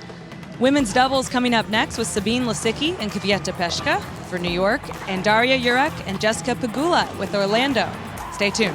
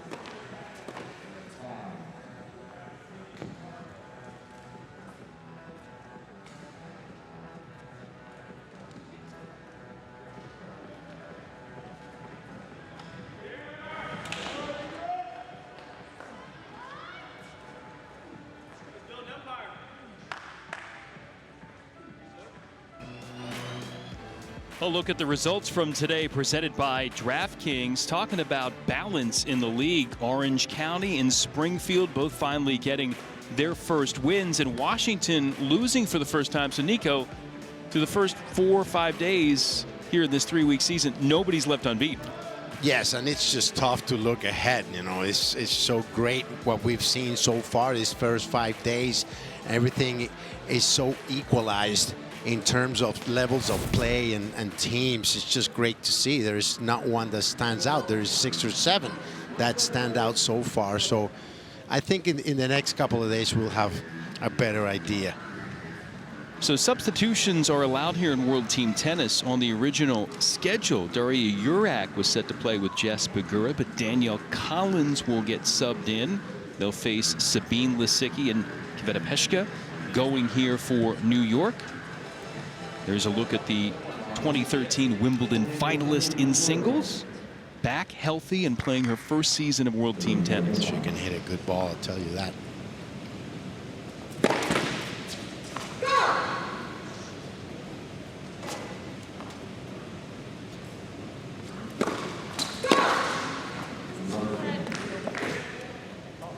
Double to begin for Lisicki, the 30-year-old. Lost that Wimbledon final to Marion Bartoli.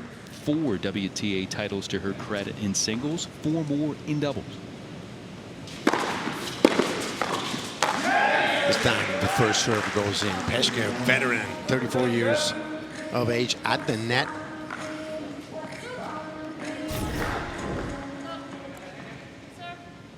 When Lisicki makes that first serve, it's just tough to get it back. Another one. Right on cue. Boom, boom for Exactly. Lisicki. 30 years of age, turned pro 14 seasons ago. First time here at the WTA in Florida.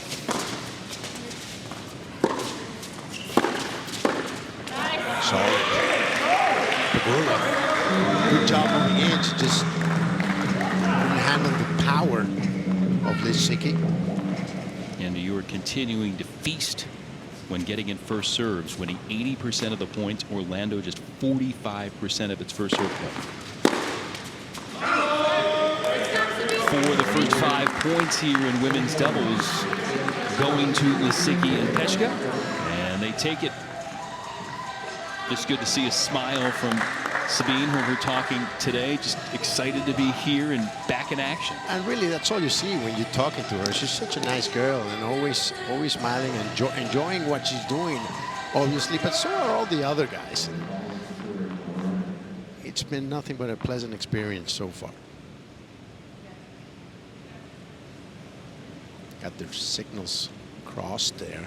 Collins and Pegula going I formation from the start.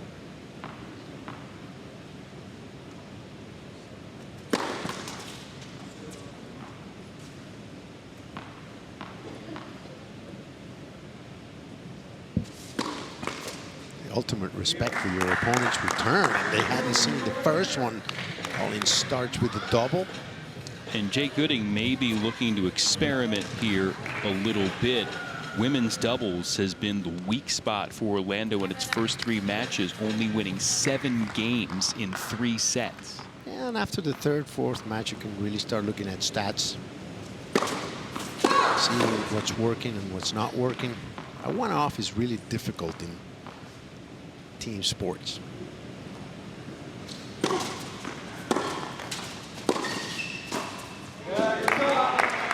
Down there by Collins. That ball way down. Well, we know about her, know about her singles success in doubles. Made the quarters at Wimbledon last year playing with Bethany Mattek-Sands.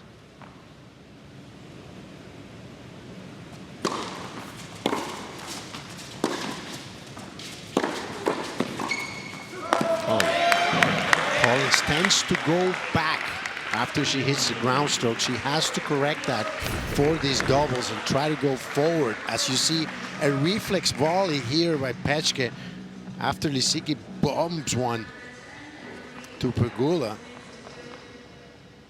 Barely getting it over, but Collins has had no shot at it.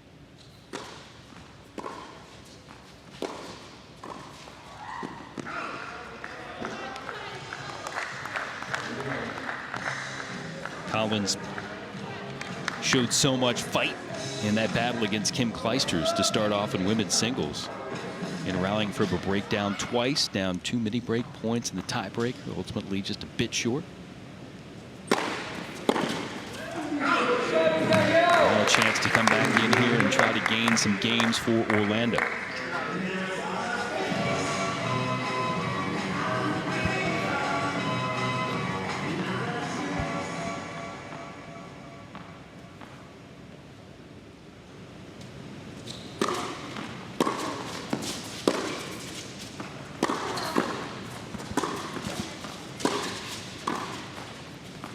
That's a good move by Pegula, just trying to upset the order of things. If they keep it steady, it's advantage to Lisicki and Peschke, and that was a great move by Jess at the net, disrupting the rhythm, getting on the board. One apiece. 16-8 in the overall. And Kveta Peschke, ready to serve, just turned 45 years of age and still relevant at the highest levels.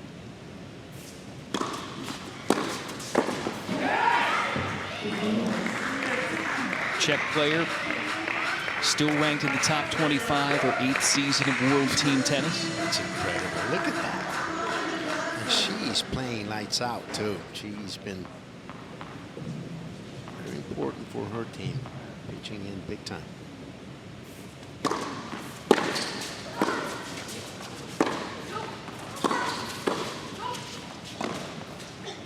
That's long. No, right on the line. What am I talking? Finesse. Peschke.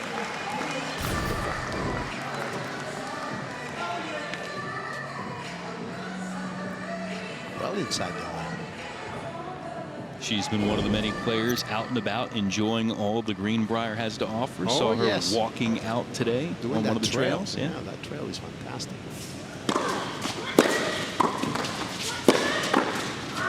It's about 8 miles long, I'll tell you that much. How much of that she did. Big forehand by Danielle Collins. Trying to rally the team.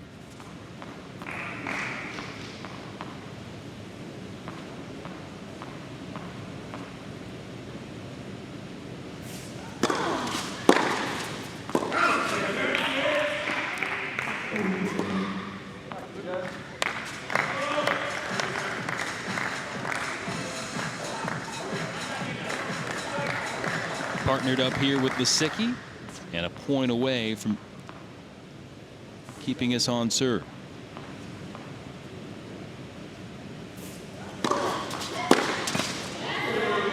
It's a good body serve by Peschke.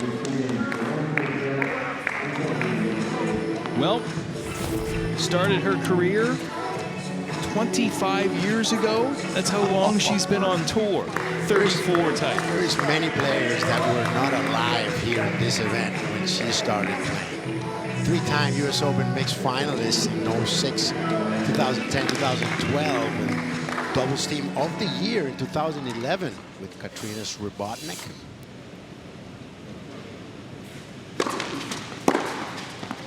Said she actually played her first ITF event in 1991. She was not 16. I don't believe that's true.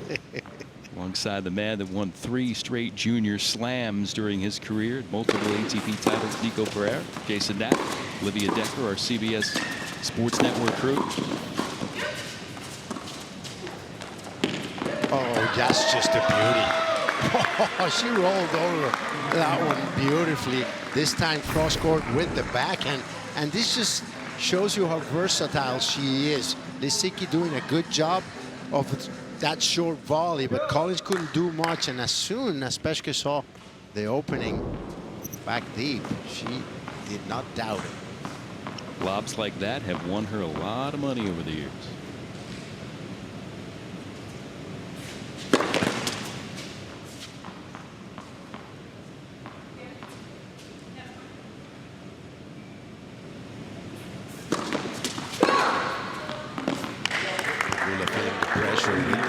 Fault now, down 15-30.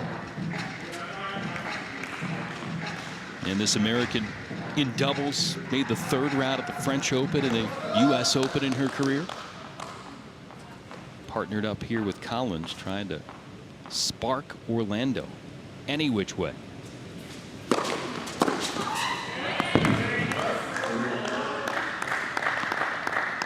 First couple of days, the players were on the bench. Now they've taken to go out back on the corner, helping with the balls and talking to their teammates.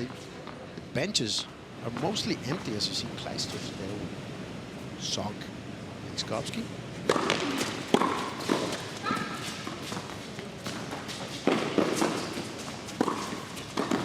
And there you see the simplicity of Peska's game. She saw how her opponents were standing, and she just went to the open space with a bit of a slice and followed it in. Let Lisicki do her thing with the power. Now they have 2 opportunities to break.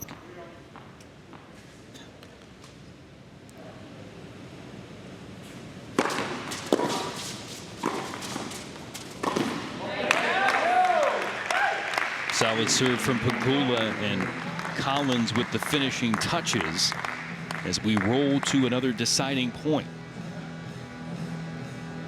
And in a unique thought here in this game, Nico, there have been 3 deciding points.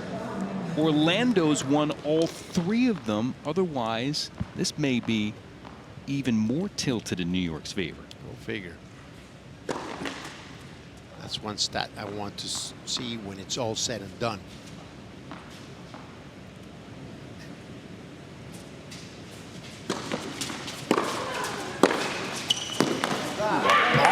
From Pegula. Wow, that was a beautiful forehand.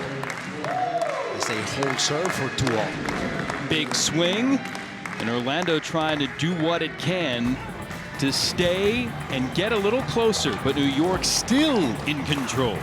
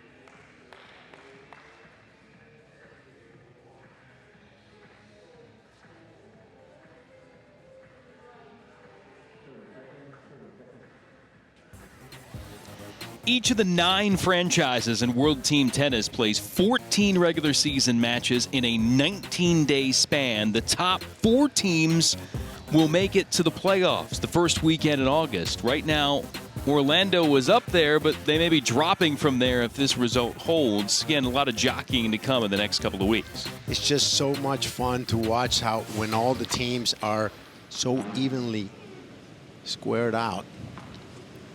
And as the competition goes on, there will be variables. Players might come in, others might go out. Just don't know what to expect. You just have to be ready. And now, for the first time, we're playing indoors. So players favor these kind of conditions.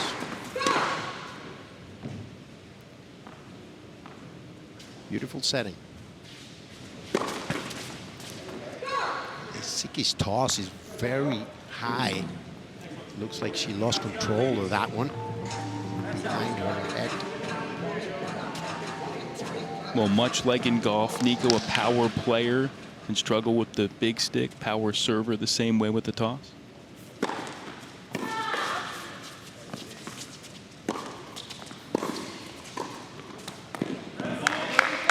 I looked wide, but no call from the chair. Pegula and Collins signaling, and that ball hit the line. You wouldn't want the players calling the lines here. But the thing is that the serve in tennis is the only shot that the player has total control over. In golf, the player has total control over every shot.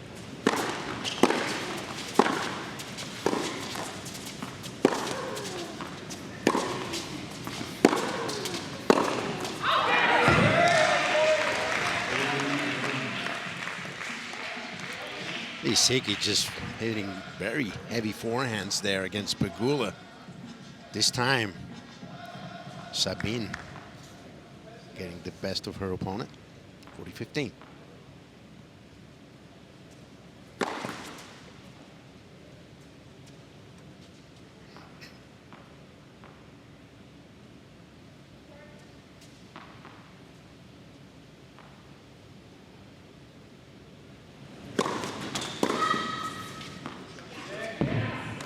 Well, Collins able to swerve that one to the back corner. Well, she found a bit of an opening up the line of that wide serve. Great return there by Danielle. Still 2 more chances for Lisicki to close it out. Sabine thought it was going to be deep, but she does finish off the hold, 3-2.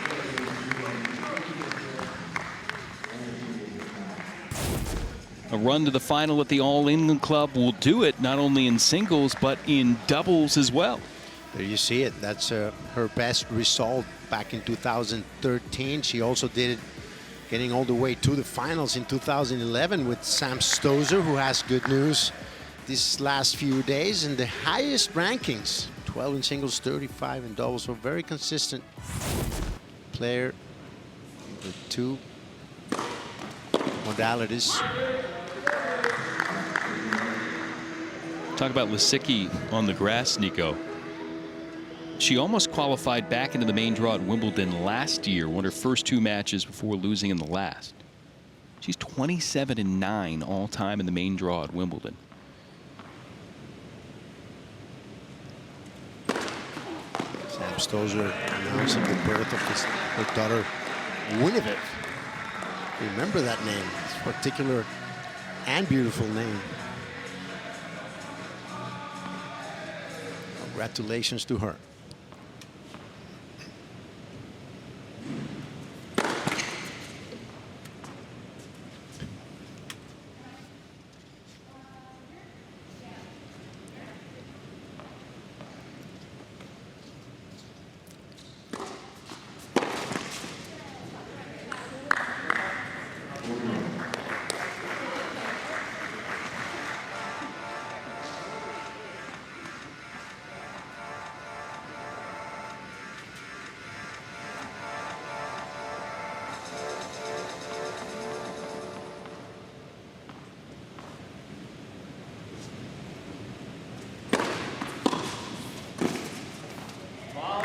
Well, for the first time almost all night, a stress-free service game in any set for Orlando.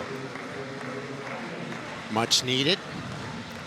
Up 3-all now, 18-10 the difference, and there you see the first serve percentage also in favor of New York. 92, it's very high. 75 is good, very good. 92 is ridiculous.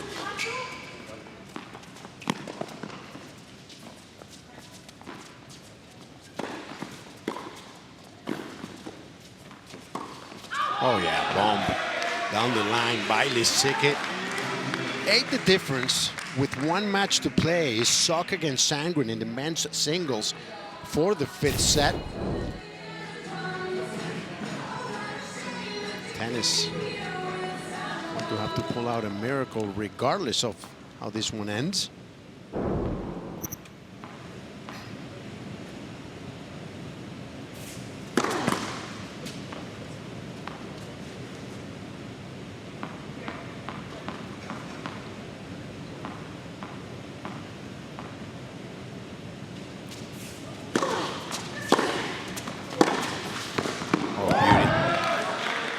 Is such a classical player. You can tell she learned with wooden rackets because of the grip and the way she hits that ball. She squared sideways and then was able to change directions at the last minute.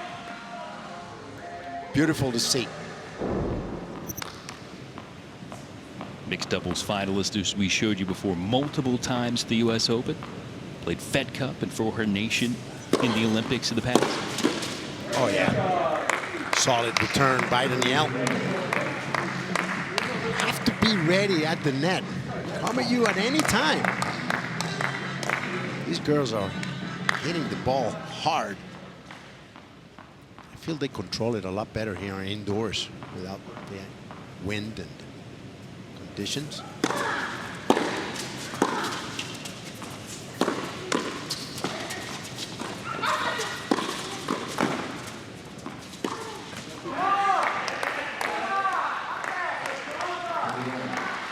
Good job of holding the fort there at the net by Pegula and Collins, trying to give themselves a chance to break and serve it out. And again, trying to get games for the overall standings and give Tennis Sandgren a more reasonable goal. Again, if Orlando wins the last set, can send it to extended play, and a chance to keep winning games to tie it up and force a super tie break. And Collins doing her part again, another excellent service return. Well, we know how hard a fighter Collins is, and she's giving it her all at all times, and she's getting on a groove here, feeling it a lot better. She played really well against Clijsters. It went down to the last point, and I feel that if she had given her team the win there, it would have been a little different. But then there was a guy by the name of Neil Skupski that just came in and tore it up. He won 10 games and only lost 3 in the mixed and the men's doubles together. So out of the Geico timeout, break point chances here for Orlando.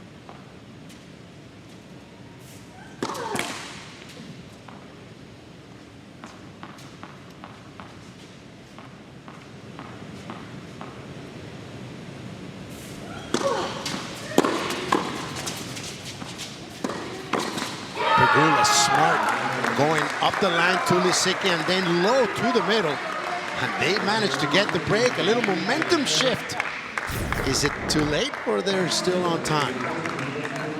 Now there's some belief on the Orlando sideline as Pegula gets the put away. That's a very smart play. She didn't go hard cross court, did not go up the line. Chose to make Lisicki bent down for that volley. It was a pretty smart shot. Pegula now the opportunity to close the set, which will be the first set victory of the night for the Storm.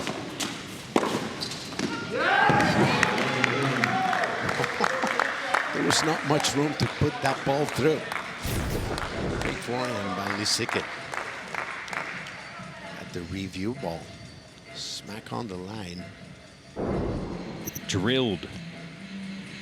And for Lisicki, knee, shoulder, wrist among the issues that have plagued her. Looks fit and motivated.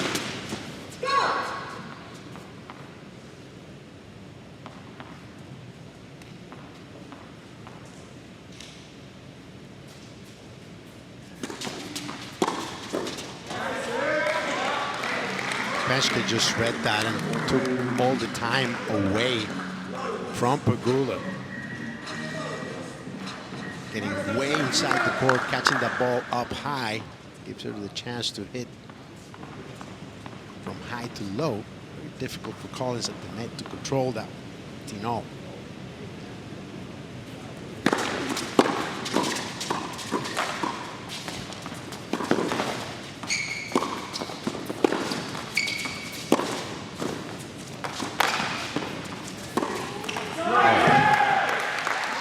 They're getting better. She's getting in the groove. I'm talking about Collins and I'm talking about Pegula. In trouble now, love 30. Playing a good point here. Trying to close it out. Again, Orlando has scuffled in some of its women's doubles games in the early portion of the season. This combo trailing early, but now chance maybe to strike gold in this set.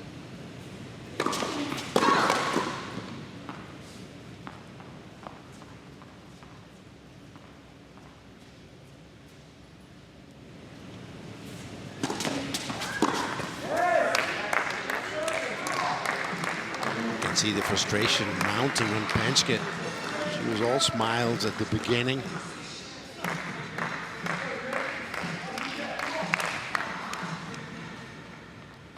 Go.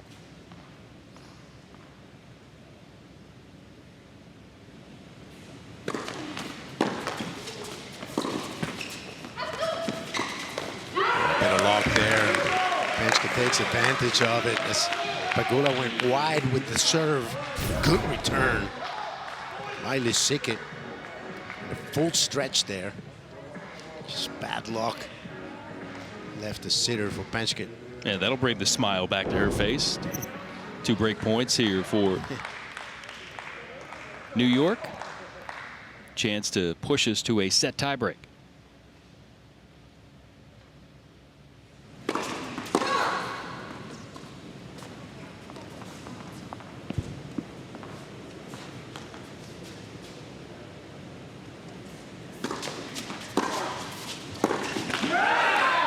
Should say 2 break points here for New York. And they get the one, trying to keep hope of keeping their streak intact. They won all 5 sets of their previous match, winning against Philadelphia. They won the first 3 tonight, and the chance to keep that rolling and make it 9-set wins in a row in this set tiebreak. Yeah, they've been dominating. They have a team to do it.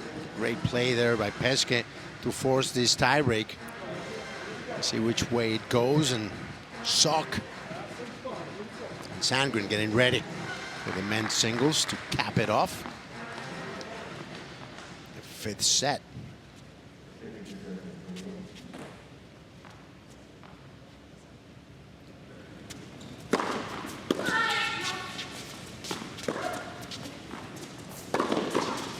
Not just taken to this 9-point tiebreak format, you know, the 2 serves and then the last player, who is the last one to serve really at the start of the match, serving 3, just makes perfect sense, and it's a great way to put an end to a set.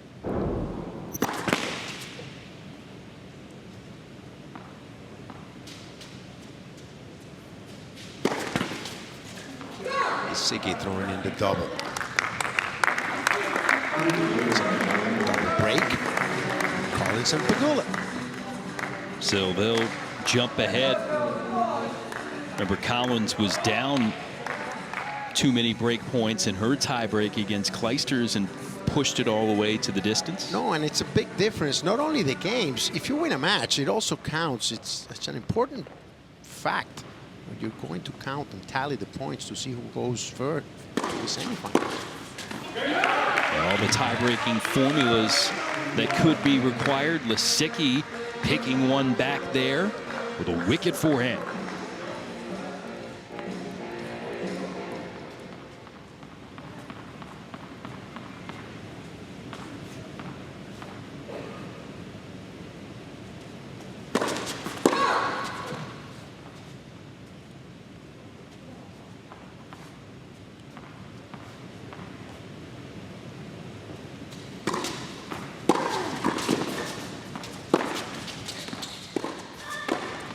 Oh, Peschke sliding over to get us back on serve of the tiebreak. Oh, she was so close to the net, she barely got a racket on it. I don't know if it even hit the strings, but she did the right job. With experience, knows best. Look how close she was. I think she hit it off the frame.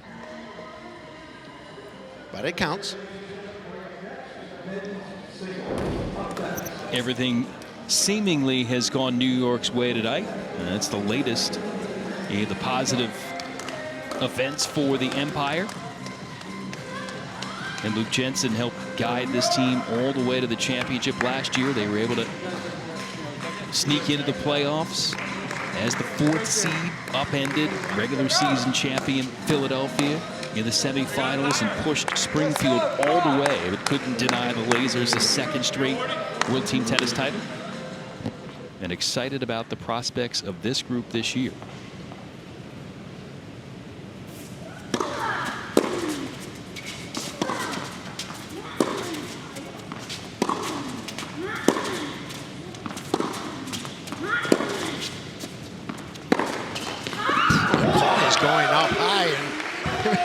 Lisicki says, thank you very much. That's about the height that I like it. And she bumps one down the center. She was playing high topspin forehands to Peschke, but this one is a bit shorter than what Lisicki does with it. Bomb.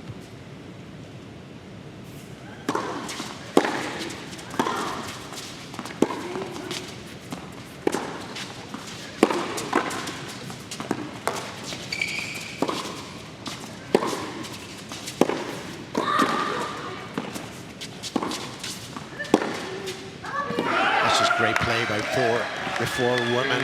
Pegula asking if that ball was in, but Peshka did a great job of putting both first serves in. Very tight situation. Well played. Now the Empire with 3 set points. Dropped the first 2 and have won the next 4 here in the tiebreak.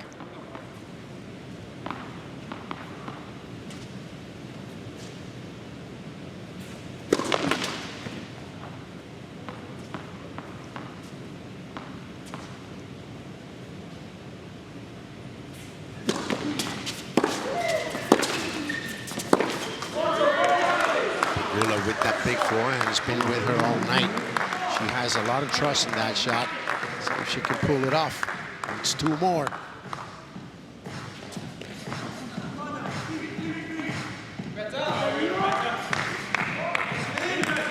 First serves have been key for Orlando to try to have success.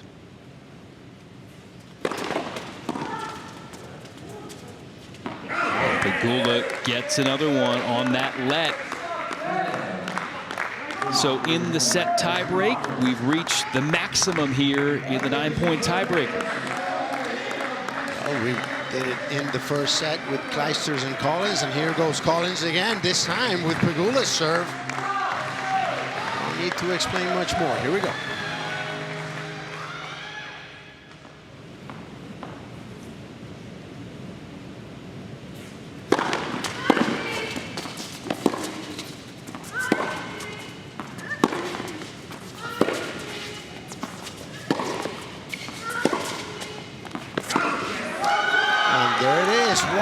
They come back in a spectacular fashion. Collins and Pegula come back with the win.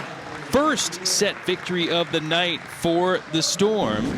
Jess Pegula and Danielle Collins deliver some games and maybe some momentum for the Storm. Can they keep it going? Tennys Sandgren will try to. He faces Jack Sock in men's singles coming up.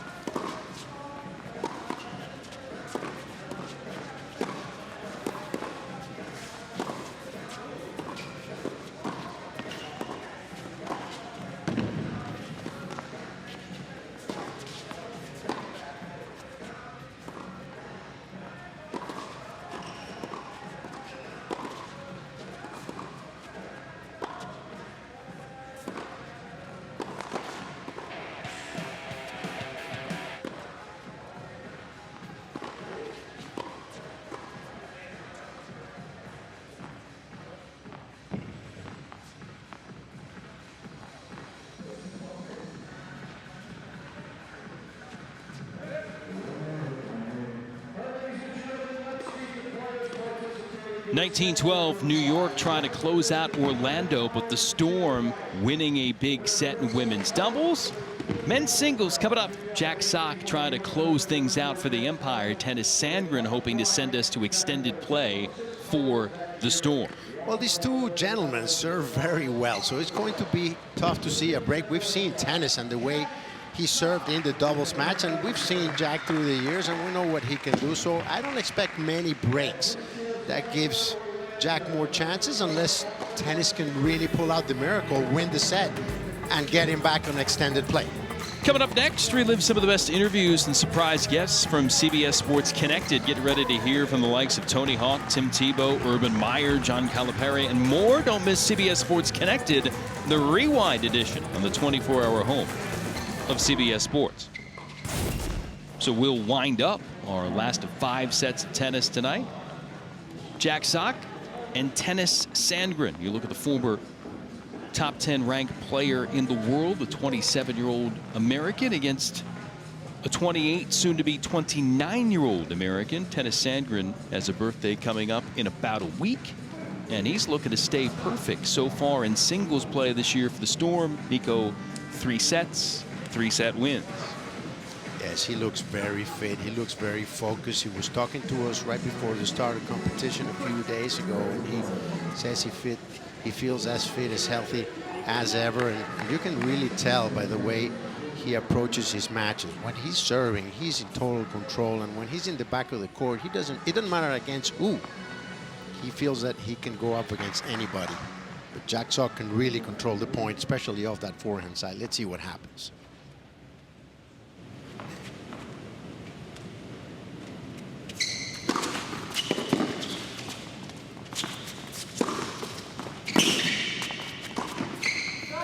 Jack had that good run to the ATP finals playing in this particular surface. He was moving very well, and he could do damage with the forehand down, the backhand down the line, excuse me. And that was the difference on the Jack Sock that was a top 10er and the Jack Sock today. Forehand, never a doubt. Same with the serve and the fighting spirit. It's how he defends off the backhand and how he can step into that double fister that makes the big difference in his game. And Sandgren, serve game on point here to begin. Now that's made 2 runs to the quarters at the Australian, 2018 and back in January of this year. How about some power work from the get-go for the Storm single star? 1 set of tennis, not a big enough workout for him. Nico, you were saying running around this place. There's 11,000 acres here, and he's determined to see all of them before we're done. This guy, man, he just has different parameters. Looks like he could run 50. Not the 13 he did yesterday.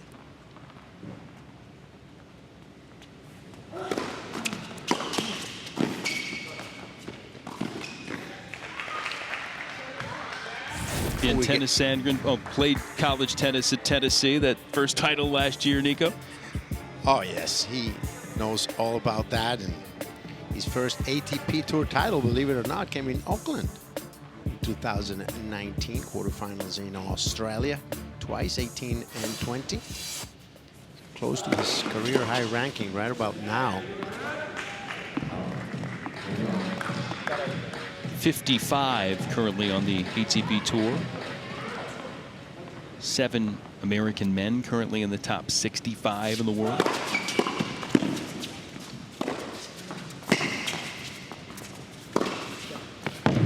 The way Jack prepares that forehand is just incredible, and then with the speed that he brings the racket forward and over the ball, you can only compare it to Rafa in terms of speed after the backswing coming forward.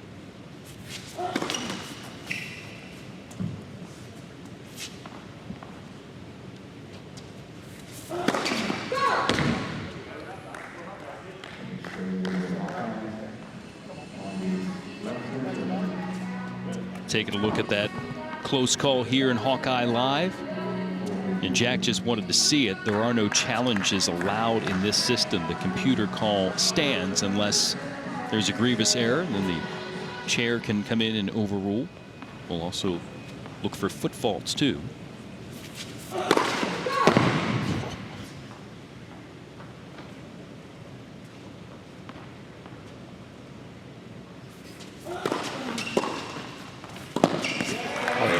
Return there by Tennis going forward with the backhand. A few big bangers here this week.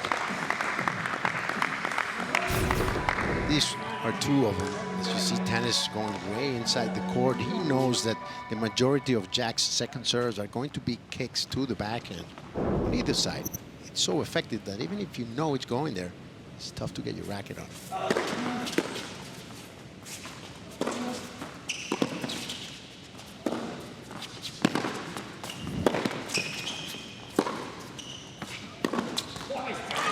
That's the backhand I was talking about. Tennis has to find the way to get Jack to hit that backhand on the run. That's the shot where he's least effective. Look how far he goes to hit the forehand. We've seen that before there. He opens him up to the forehand and quick change to the backhand. And Jack is usually getting to that ball a little late. So Sandgren stretching Sock to a deciding point here. Receiver's choice. You see Sandgren pointing where he wants to be to take what he presumes will be a bomb from Sock.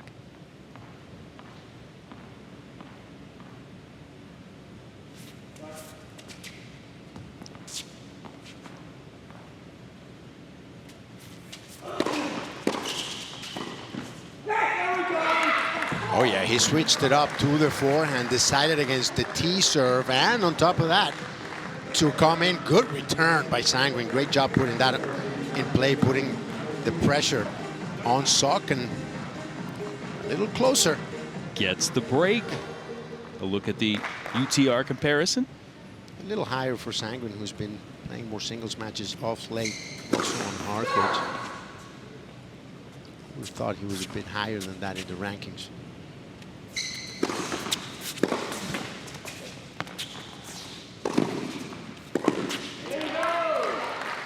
Tennis is a guy that's usually been in good shape, except a couple of times that he came back from injury, but I've never seen him this strong, this fit. Said he worked out a lot during the shutdown after playing a lot of video games at the outset.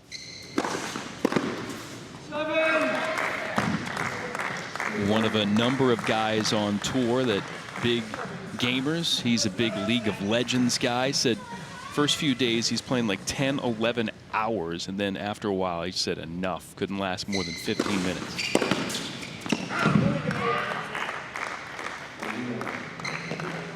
Right now, he's in a league of his own here, serving-wise, just throttling them here against Sock.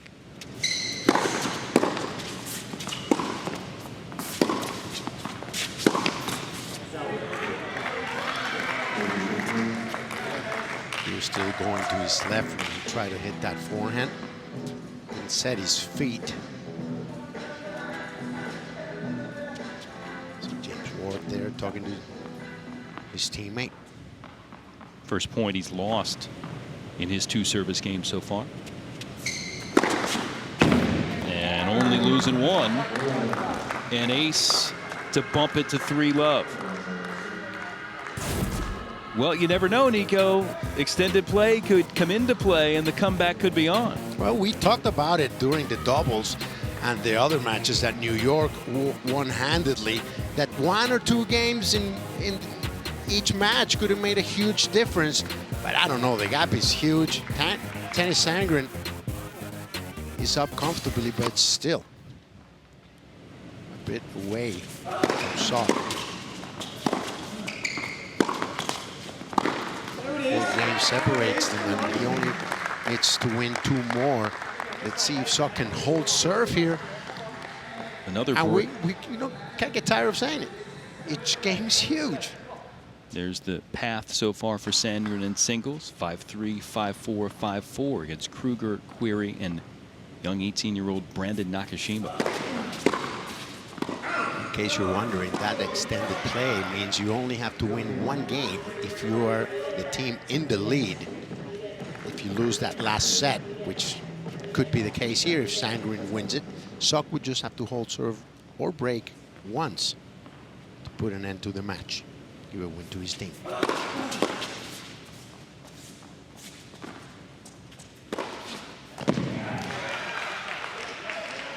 Sock back on track. And if Sandgren does win, just trying to rattle off wins at extended play to tie it up. If he could get even at that point, then they'd go to a super tiebreaker to decide the match.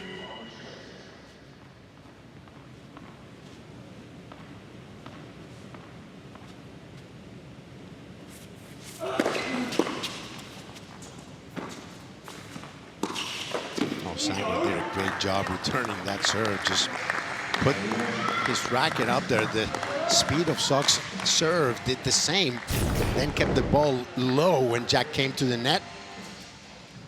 Didn't do much with that forehand. Always looking for Sock's backhand, the back of the court and at the net.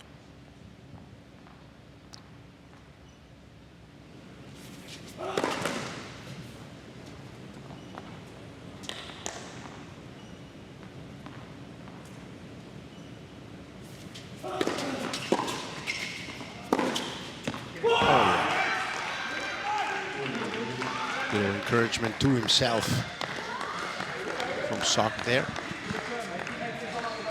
Sandgren working so hard to try to force an opportunity, and then Sock eradicates it with one mighty blow. That's a Big Bang Theory.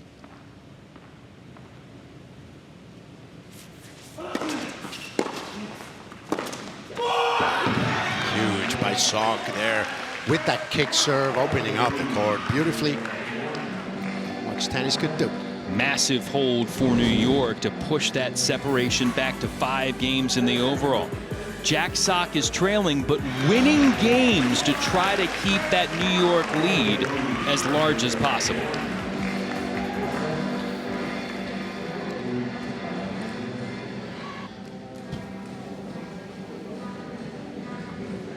Got that 8:30 tee time tomorrow.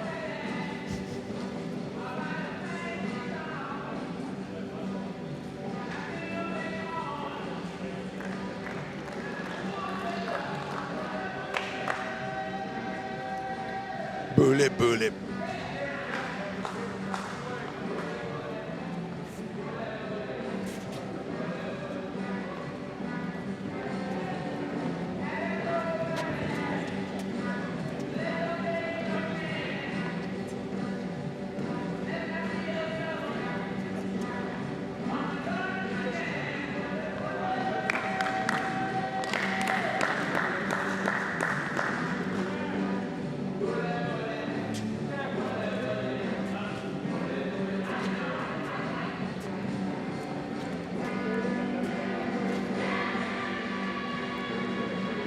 New York leading 20-15 against the Orlando Storm. World Team Tennis tonight indoors from the Greenbrier in White Sulphur Springs, West Virginia. The rain pushing us in. Hope to be back outside for as many matches as possible when the weather's clear. And a lot of those you'll be able to see here on the CBS Sports Networks.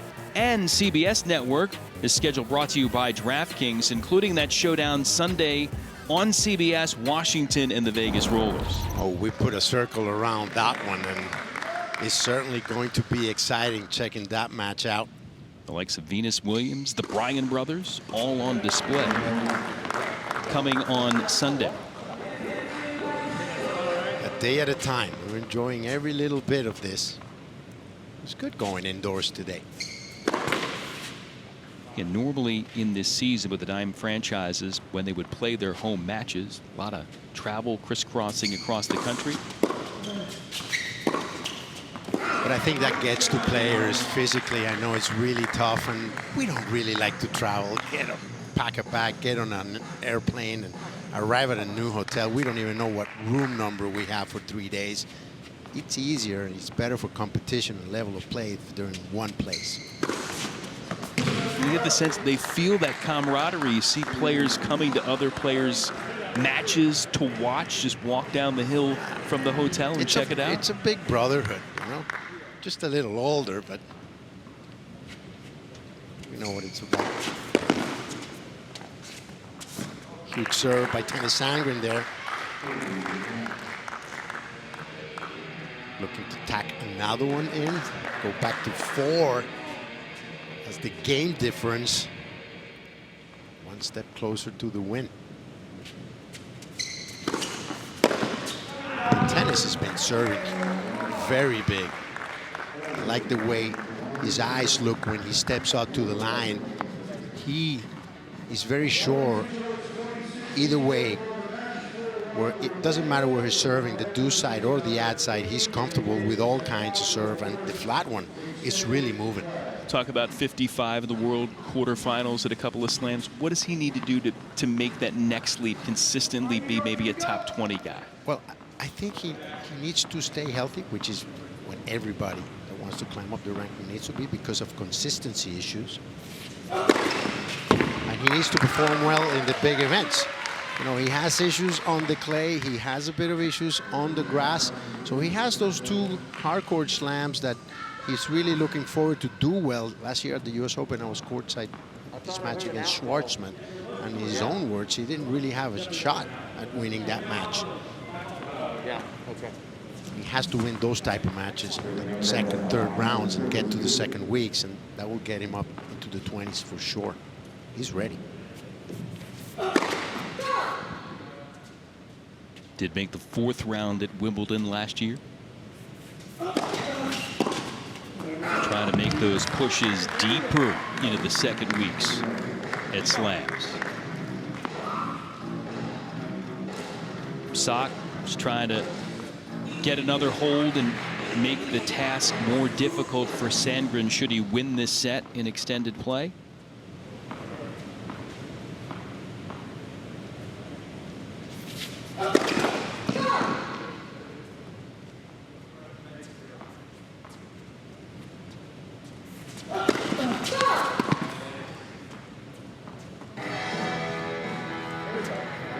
Jack Sock, Nico touched on it before, thumb issue, also a back issue, cost him a lot of time last year. Feels like he's working his way on the right track. Well, he's had coaching issues as well. He's had a coaching carousel over there. Got to straighten that out as well to have a clearer picture of where you want to go.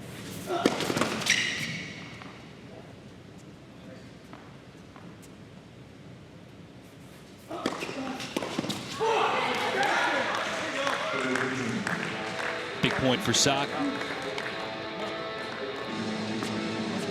Game point now.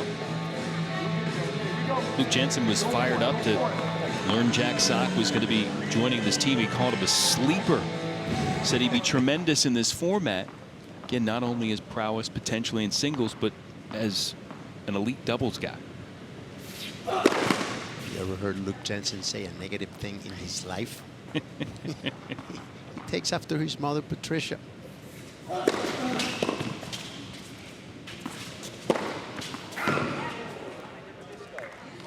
Sock going for it all and not getting it. Sandgren staying in the game.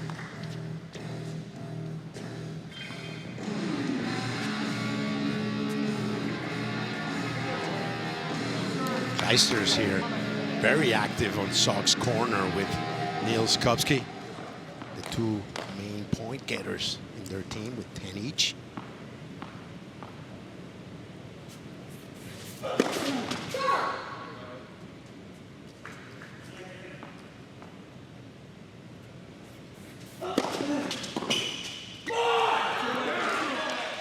Sock, emphatic hold there. Trails 4-2, but he keeps the overall margin at 5. But we're getting to that part of the match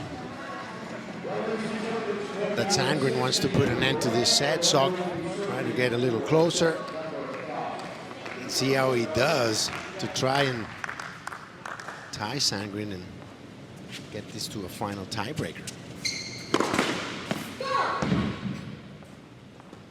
Haven't seen one of those yet.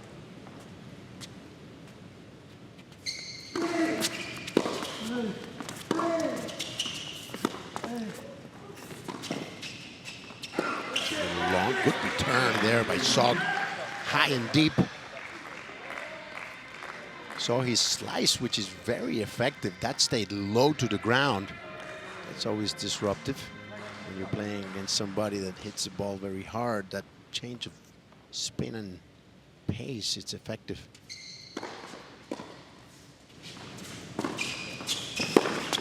Oh, yeah. Talking about fortifying the backhand. Nicely done by Sock. Yeah, well, Sandgren there.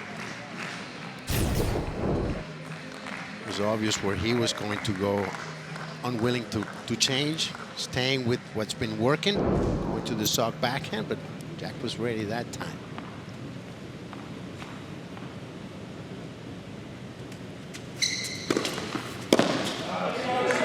That's part of the mind game when you're playing. You don't want to give your opponent always the same poison. Switch it up a bit. Oh, you're going to guard your backhand? Okay. Let's go the other way this time.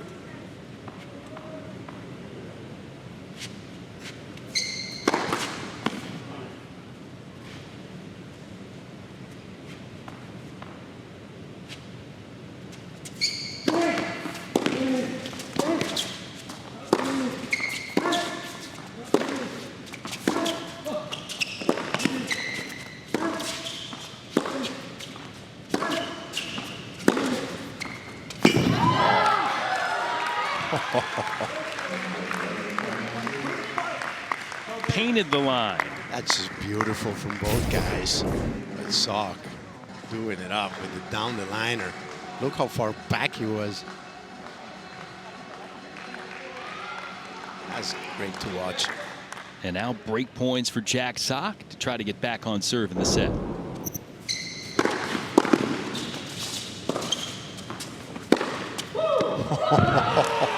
And that's what Jack has that tennis maybe doesn't. That explosiveness, that he can make a winner from wherever he wants on the court.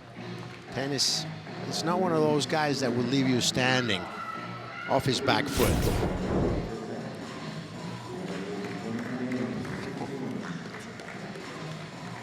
A woo and a woe from Jack Sock after those lasers. So the break back, chance to serve it and send us to a set tiebreak. And if Sock wins the set, New York closes the match now. Sandgren needs to win it to send it to extended play.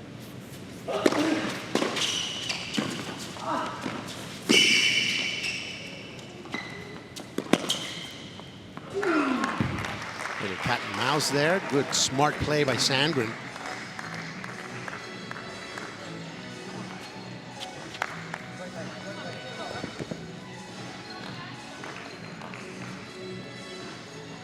Sox stepping it up after a slow start. Tennis took off 3-love. Got a little tighter now.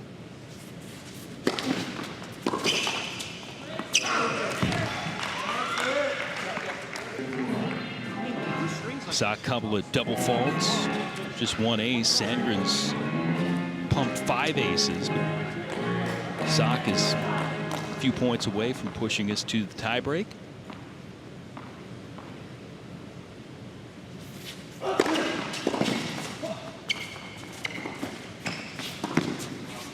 Oh, beauty. Great finesse shot by Tennis. Jack did the right thing. It was a difficult shot here. He chose to go deep into Tennis Sandgren's backhand. He just found an incredible angle. Oops. Little left-hand action there.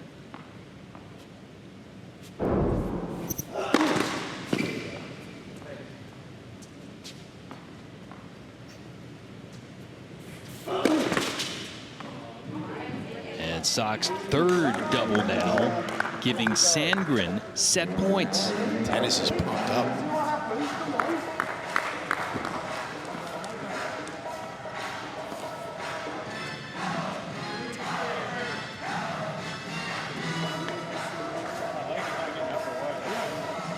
Now, Sock looked like after that break, maybe an easy hold, get to the set tiebreak. If he wins that, it's over. Now he's got a lot more work to do if he can't find a way to come back and get this hold.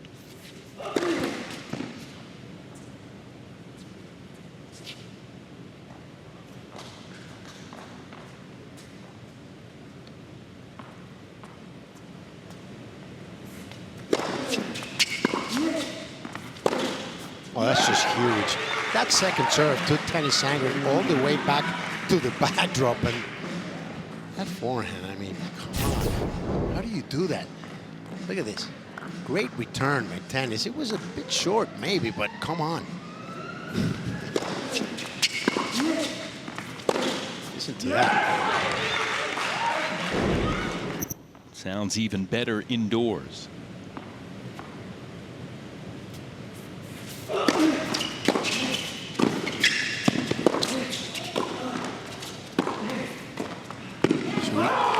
Little touch. Sock rallies to bring 2 break points back and a deciding point.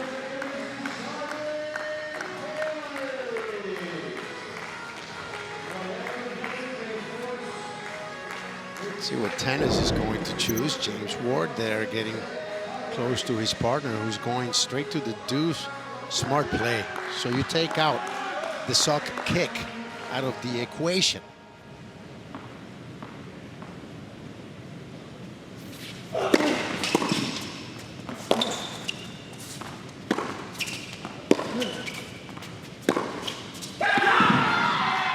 Jack Sock working all the way back to save 3 break points and send us to a set tiebreak. It's just that the stage is set, the atmosphere, the energy. The matches are just fantastic. And Jack Sock pulling one out of the hat there and trying to give his team the straight up win. There you see World Team Tennis kind of in a nutshell. That's 3 incredible. pressure points, and the bench and the player are both up in exultation. And yeah, they're, you know, without the fans, but still you can feel the emotion just coming from these guys. You know, it's just great. You can hear them talking. You can hear their expressions. That it's something that when they have the crowd, it's just not easy to do. First to 5, and the tiebreak will take it. Unreturnable there for Sandgren to start. If Sock wins the tiebreaker, we're done. New York bags the win. If Sandgren wins it, then we'll head to extended play.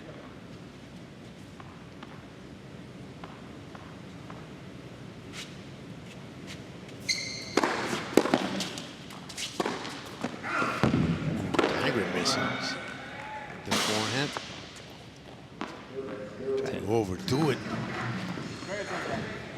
Missed it by a hair. And Sandgren has not lost a set in singles, but now he's got to work from down a mini break here in the tiebreaker against Sock.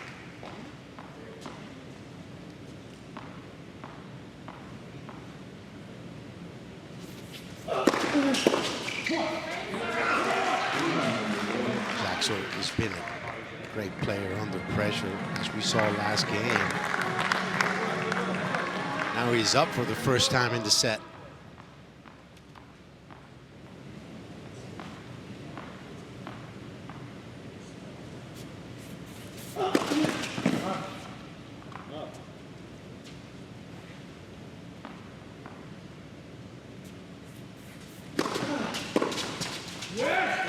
Tennis with a bad mistake. He wants that one back. 3-1 Sock in the breaker. Upcoming schedule for the New York Empire brought to you by DraftKings. A noon date with Maury and Chicago. Oh, I love that Chicago matchup. You just look forward to all of these matches one by one, but check that one out going on Friday at noon. You don't want to miss that. And the Orlando Storm, they'll have San Diego, and you can see the Storm and the Aviators right here on CBS Sports Network tomorrow night at 7 Eastern.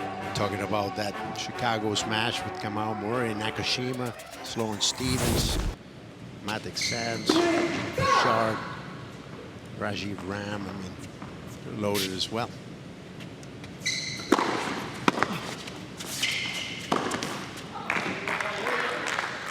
Great athleticism by this man. Yeah, that Chicago team's got 3 Grand Slam champions, an Olympic gold medal in the mix there. I mean, the accolades are just surmountable.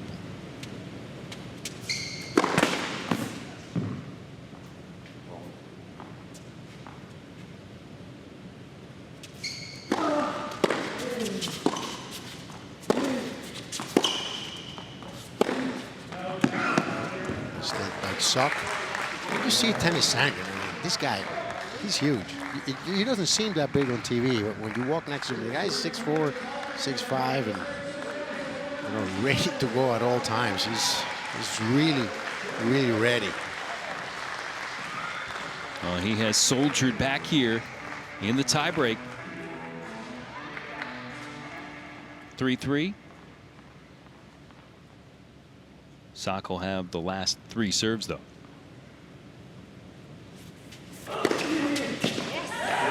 And a chance to finish the night right now.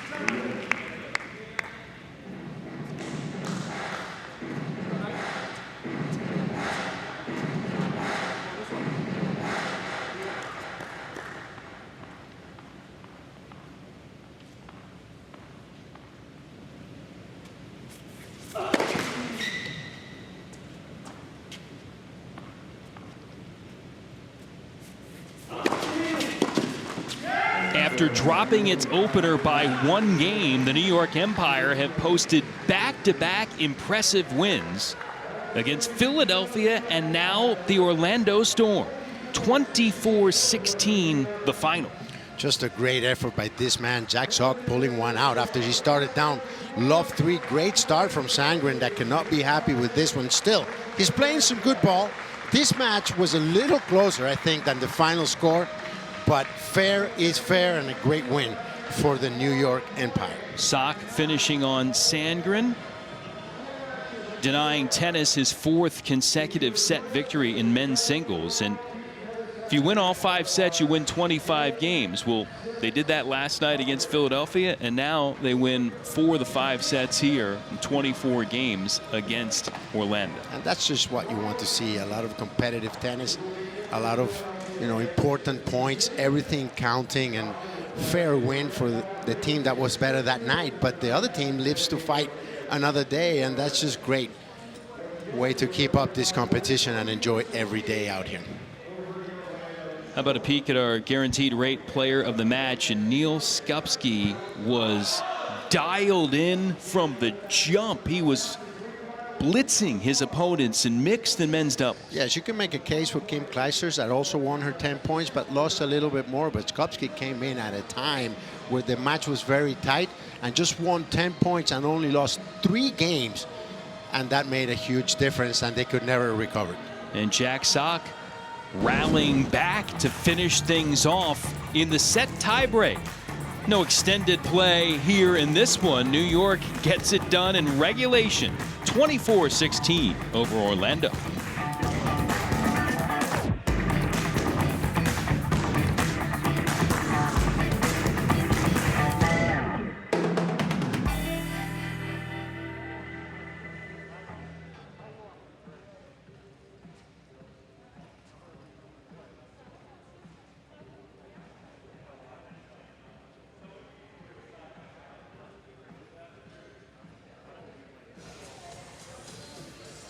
What's that? Oh, okay, yeah.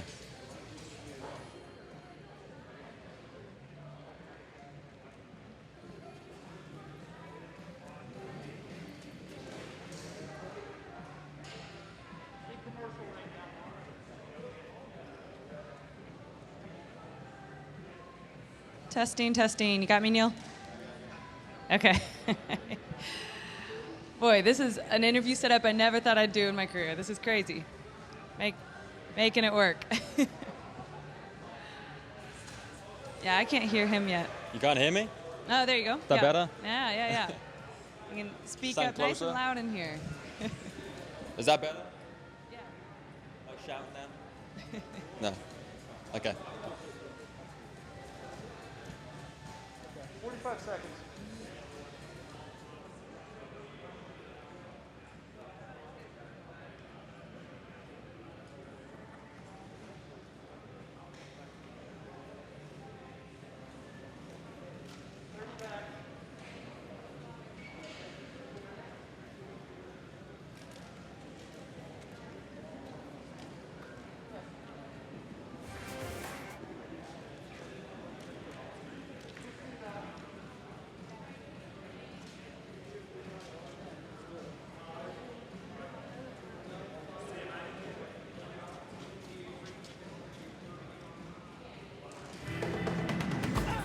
New York wins their second straight match to improve to 2-1, riding a sweep from yesterday and winning 4 of 5 sets tonight. We have a few sibling pairs in World Team Tennis this season, and tonight we got a double dose of Skupski. 2 sets of doubles between Ken and Neil Skupski. Advantage going to younger brother Neil, 7 years younger, and Neil is joining me now. You told me before this tournament started that you don't like to be compared to your brother, and you really don't like beating your brother, but of course you had to tonight. What was your scouting report on Ken? Yeah, obviously I've played Ken a few times over World Team Tennis now. We played together for 5-6 years, grown up together. So I know his weaknesses, he knows mine. But today I played a very good match, and it was just good that we can get the win for the New York Empire. You guys are having such success, and I heard you break on the word awesome with Luke Jensen, and then he even rallies you in for a post-match chat. I mean, what's it like playing for him, and what are the types of things he's telling you all? I mean, Luke's amazing to play for. He came in last year. It was his first time as the New York Empire coach. But yeah, we're waking up every morning to like essays, motivational speeches. It's just great to play for him. He keeps us going. He keeps us energized. And if we're down, he picks us up. He's so energized on the court. He's a great coach to have. I'm curious now that we're 5 days in, we've talked before about other players coming to watch matches and how different that is and fun that is. Do you think the quality of tennis is better with all being in one location, no travel? We're 5 days in now. Do you feel like that's the case? Yeah, possibly. With everyone staying here at the Greenbrier, everyone can get a good night's sleep. There's no traveling at all, so people are able to practice a little bit more. I thought people wouldn't have the greatest of performances on the court because of lockdown. You don't know how much they've been playing, but people are bringing their A games. The standard's very high, and hopefully we can keep going tomorrow. I think it's at 12 o'clock against the Chicago Smash. I will confirm you do play tomorrow at 12 o'clock. Well, congratulations. Until the next time you play your brother, you've got this one over him. Until then, thanks so much, Neil. Thanks, Olivia.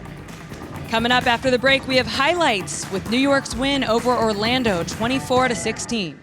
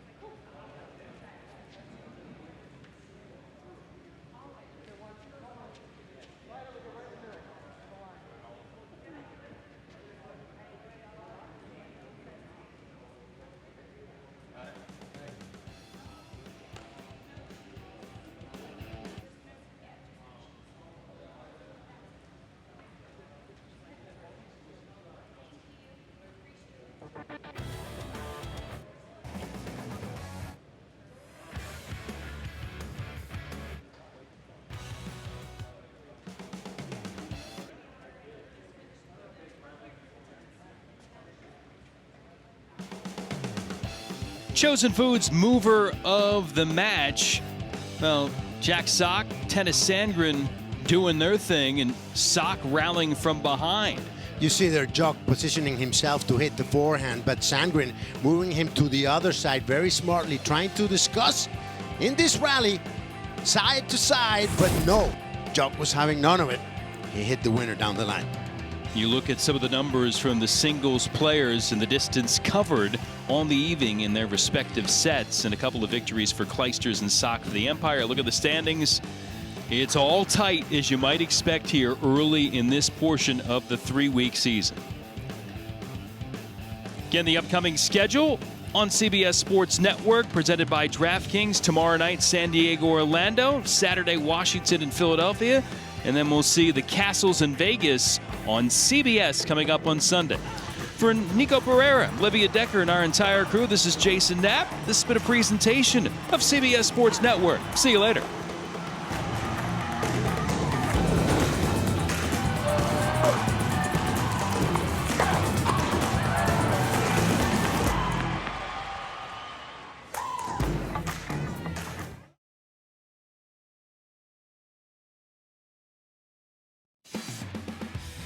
New York Empire matched up against the Orlando Storm. Danielle Collins getting the Hall of Famer Kim Clijsters looking good again. Took about two ladies that are on fire, but Kim Clijsters off to a great start, beating all of her opponents here so far, impressing everybody. She is the talk of town, working very hard to make her third comeback. Danielle Collins was having none of it. She came back twice from a breakdown from 2 mini breaks in the tiebreak, but Kim Clijsters here at set point puts an end to it. 5-4. And look at the fire on the 37-year-old. So that put the Empire in front. Then men's doubles, Jack Sock partnering with Neil Skupski, and Neil taking it to big brother Ken and Tennis Sandgren. We mentioned that last name a lot today, and the main reason, the younger brother. Neil Skupski just playing his way to a 10-game win for his team. He won 10.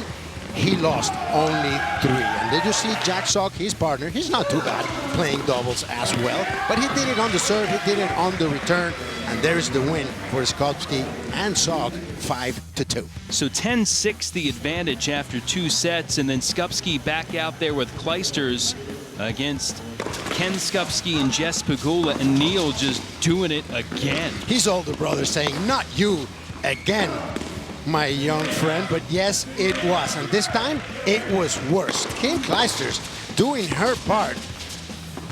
Check it out, the lob over Pegula. Pegula does her best. Kim down the middle. Pegula cannot control it.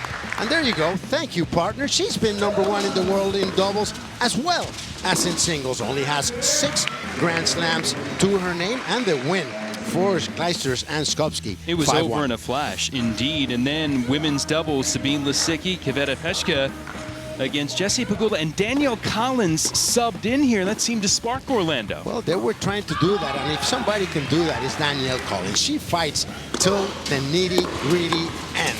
And it was a great women's doubles, but Collins and Pegula had to fight really hard to turn this around, and turn it around they did. Lisicki and Peshke were in control at the beginning, had a chance to win, but they didn't.